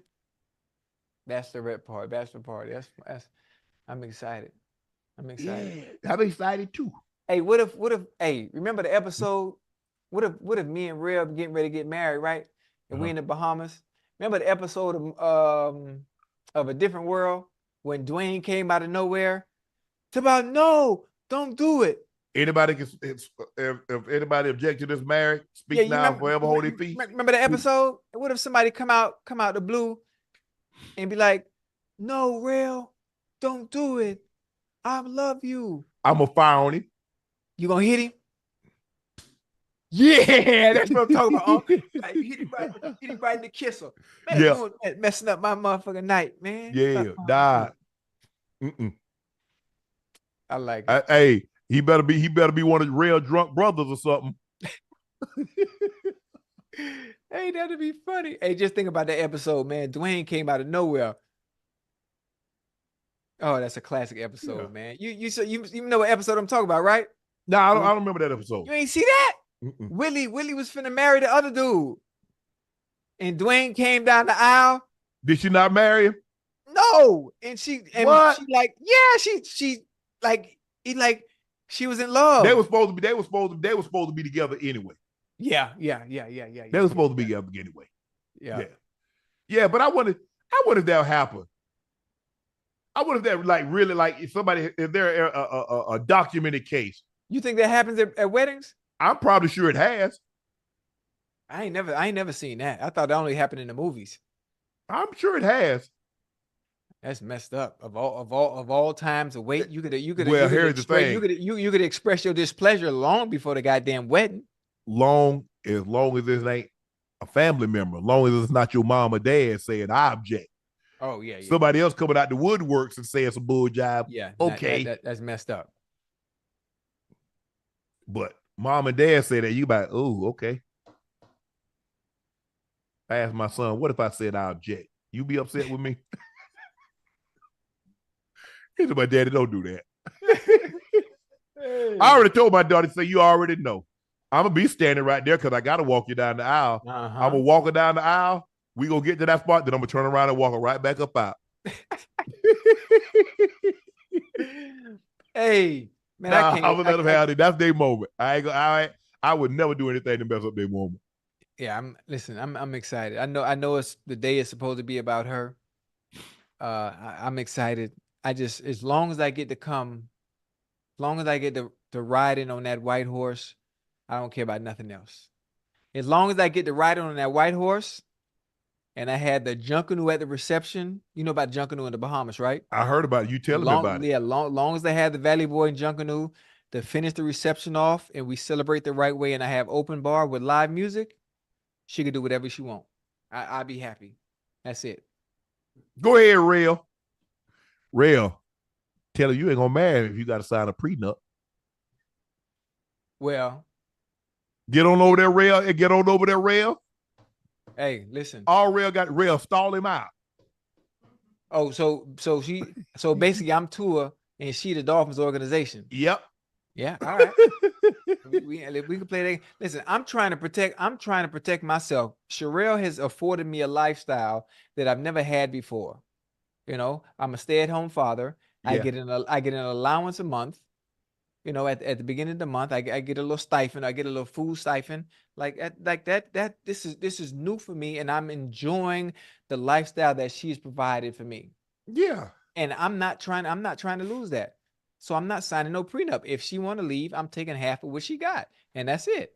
Period. And I don't care what people in the chat say. I don't care what dudes got to say. Like women do it to us all the time, and now I'm in a position where I can take advantage of the situation, and that's what the fuck I'm gonna do. Shit.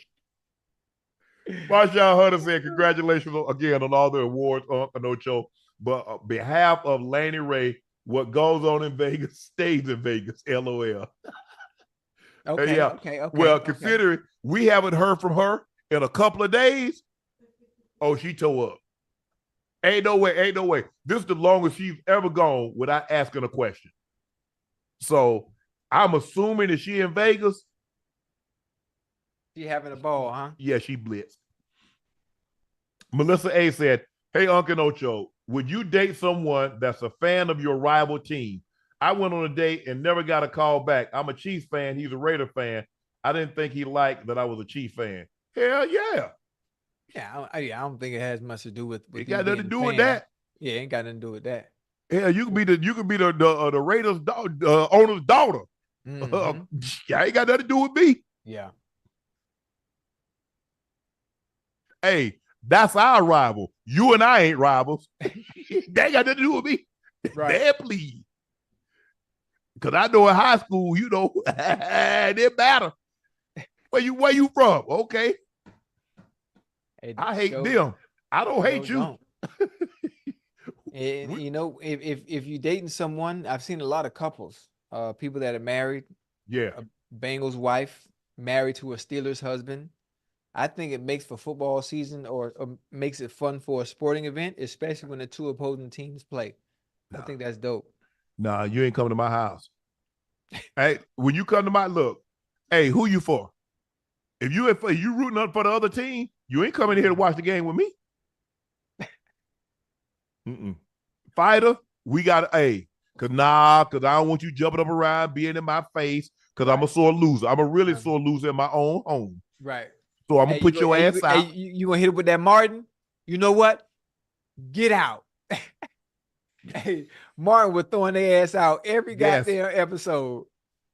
Yep. You ain't finna be yelling and screaming to my goal. Yeah, y'all. Nah. I already know me. So just go ahead and stay at your place. Just watch it at your house. Right. You want to celebrate because I want you to be able to jump up and down and yell and scream and do all that. And go leave the refrigerator open and go drink whatever you want and eat all the nachos and the quesos and the wings that you want. But you're not finna eat up all that stuff at my house and then root against my team. That ain't gonna happen.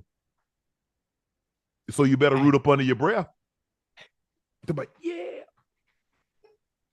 But listen, hey, you better play it off as heartburn. Like, you know what?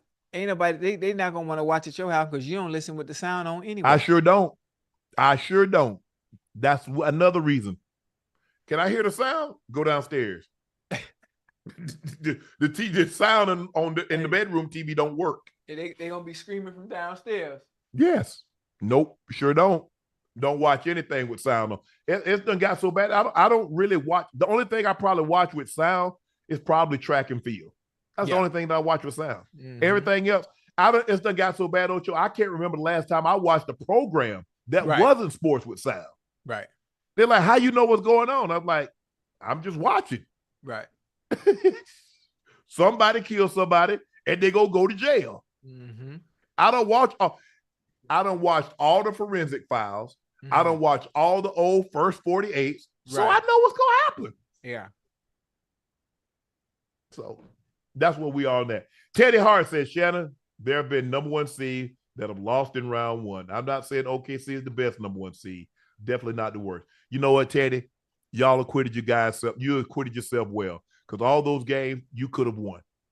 Those games were nip and tuck, and it was a great, great series. You guys got a lot of promise. Y'all got a very young and promising team. If you guys can just continue to get better, guys continue to improve and don't rest, you guys are going to be the deal with. So I was very, very surprised, given your age, how well you played. But you guys were deserving of the number one seed. Unfortunately, it didn't work out for you, but you're right, Teddy. You guys are definitely not the worst seed. Troy Swearingen. Hey, Uncle Ocho, my girl had our baby yesterday at 11:19 p.m., 5 pounds, 8 ounces. He was a preemie, but he's very healthy and well. Congratulations. Troy, congratulations, bro. Hey, hopefully mama is okay also. You say he was a little premature, but he's healthy and well. So hopefully the same goes for your girl. And hopefully both of them will be coming home real soon. Congratulations, bro. Congratulations. Proud father. Congrats. And listen, I'm not sure if this is your first child, Troy, but if it is, again, congratulations. Odd numbers are not good. So it behoove you to get back in there at your earliest convenience. And if you're going to have more than one, just get it out the way now. Call me if you want any ideas or you need a babysitter or anything of that sort. Obviously, I have 11. And again, odd numbers are bad luck. So you know what I'm working on over here on this end. Are you working on another one? You and Real working on another one? Oh yeah. Well, you can't do it now because she'll be pregnant at the wedding. That's the whole point. That's the whole point. Man, Real ain't gonna let that happen. I already know that. She ain't finna be pregnant on that picture. That picture forever. Yeah. Oh yeah. no. Yeah. Real ain't finna let that happen. She ain't got no choice. I mean, not under this roof. Okay. She said, I pay. You don't pay. Yeah, you know what? You're right. She do pay. Real said, hell nah. Nah, Ocho. Women don't really be like, because that picture forever, and they don't want to be stomach out, feeling bloated and stuff. We can always edit the picture. We can edit the stomach. How you gonna edit the picture? How you gonna edit the picture, Ocho? Easy, but technology is unbelievable. Technology is unbelievable. AI and all this other stuff they have out here. But again, she's beautiful. She is absolutely drop dead gorgeous, even pregnant. So I mean, it'd be a beautiful picture. I know Real ain't gonna let you have. I tell you what, next time we're gonna ask her. We're gonna ask her. She up right now. She's watching. Tell Real to come on. Tell Real to come in right quick. Real, Unc said, come here. I know she see this. She can see it. Hold on, watch this. Yeah. Man, y'all know good and well, Real ain't finna be pregnant on her wedding day? Oh, no. She done fell asleep. Oh. Hey, she done donated that $200 and went to bed. Yeah, I don't blame her. I don't blame Real. Real say, I ain't got. Hey. Real say, y'all ain't finna keep me up. Y'all done got my $200. Did he Ocho, we at 19. Okay, so I got to end the chat right now. So we at 19. Hey, thank you guys for joining us for another episode of Nightcap. Hey, before we sign off, everybody in the chat, if you have not subscribed, please hit that subscribe button. We would greatly, greatly appreciate it if you hit that subscribe button. Thank you for subscribing and watching another episode of Nightcap. I'm your favorite Unc, Shannon Sharpe. Thank you guys for selling out Shea by Laportier. We're only taking pre-orders. We're going to be able to fill all back orders, get that out to you in the very, very near future. Thank you for being patient. He's your favorite number 85, route runner extraordinaire, Bengals Ring of Fame honoree, Pro Bowler, All-Pro, Liberty City's own. He's Chad, Ochocinco, Johnson, Rosado. Please make sure you go follow my media company's pages on all platforms at Shay Media and Clothing Company 84.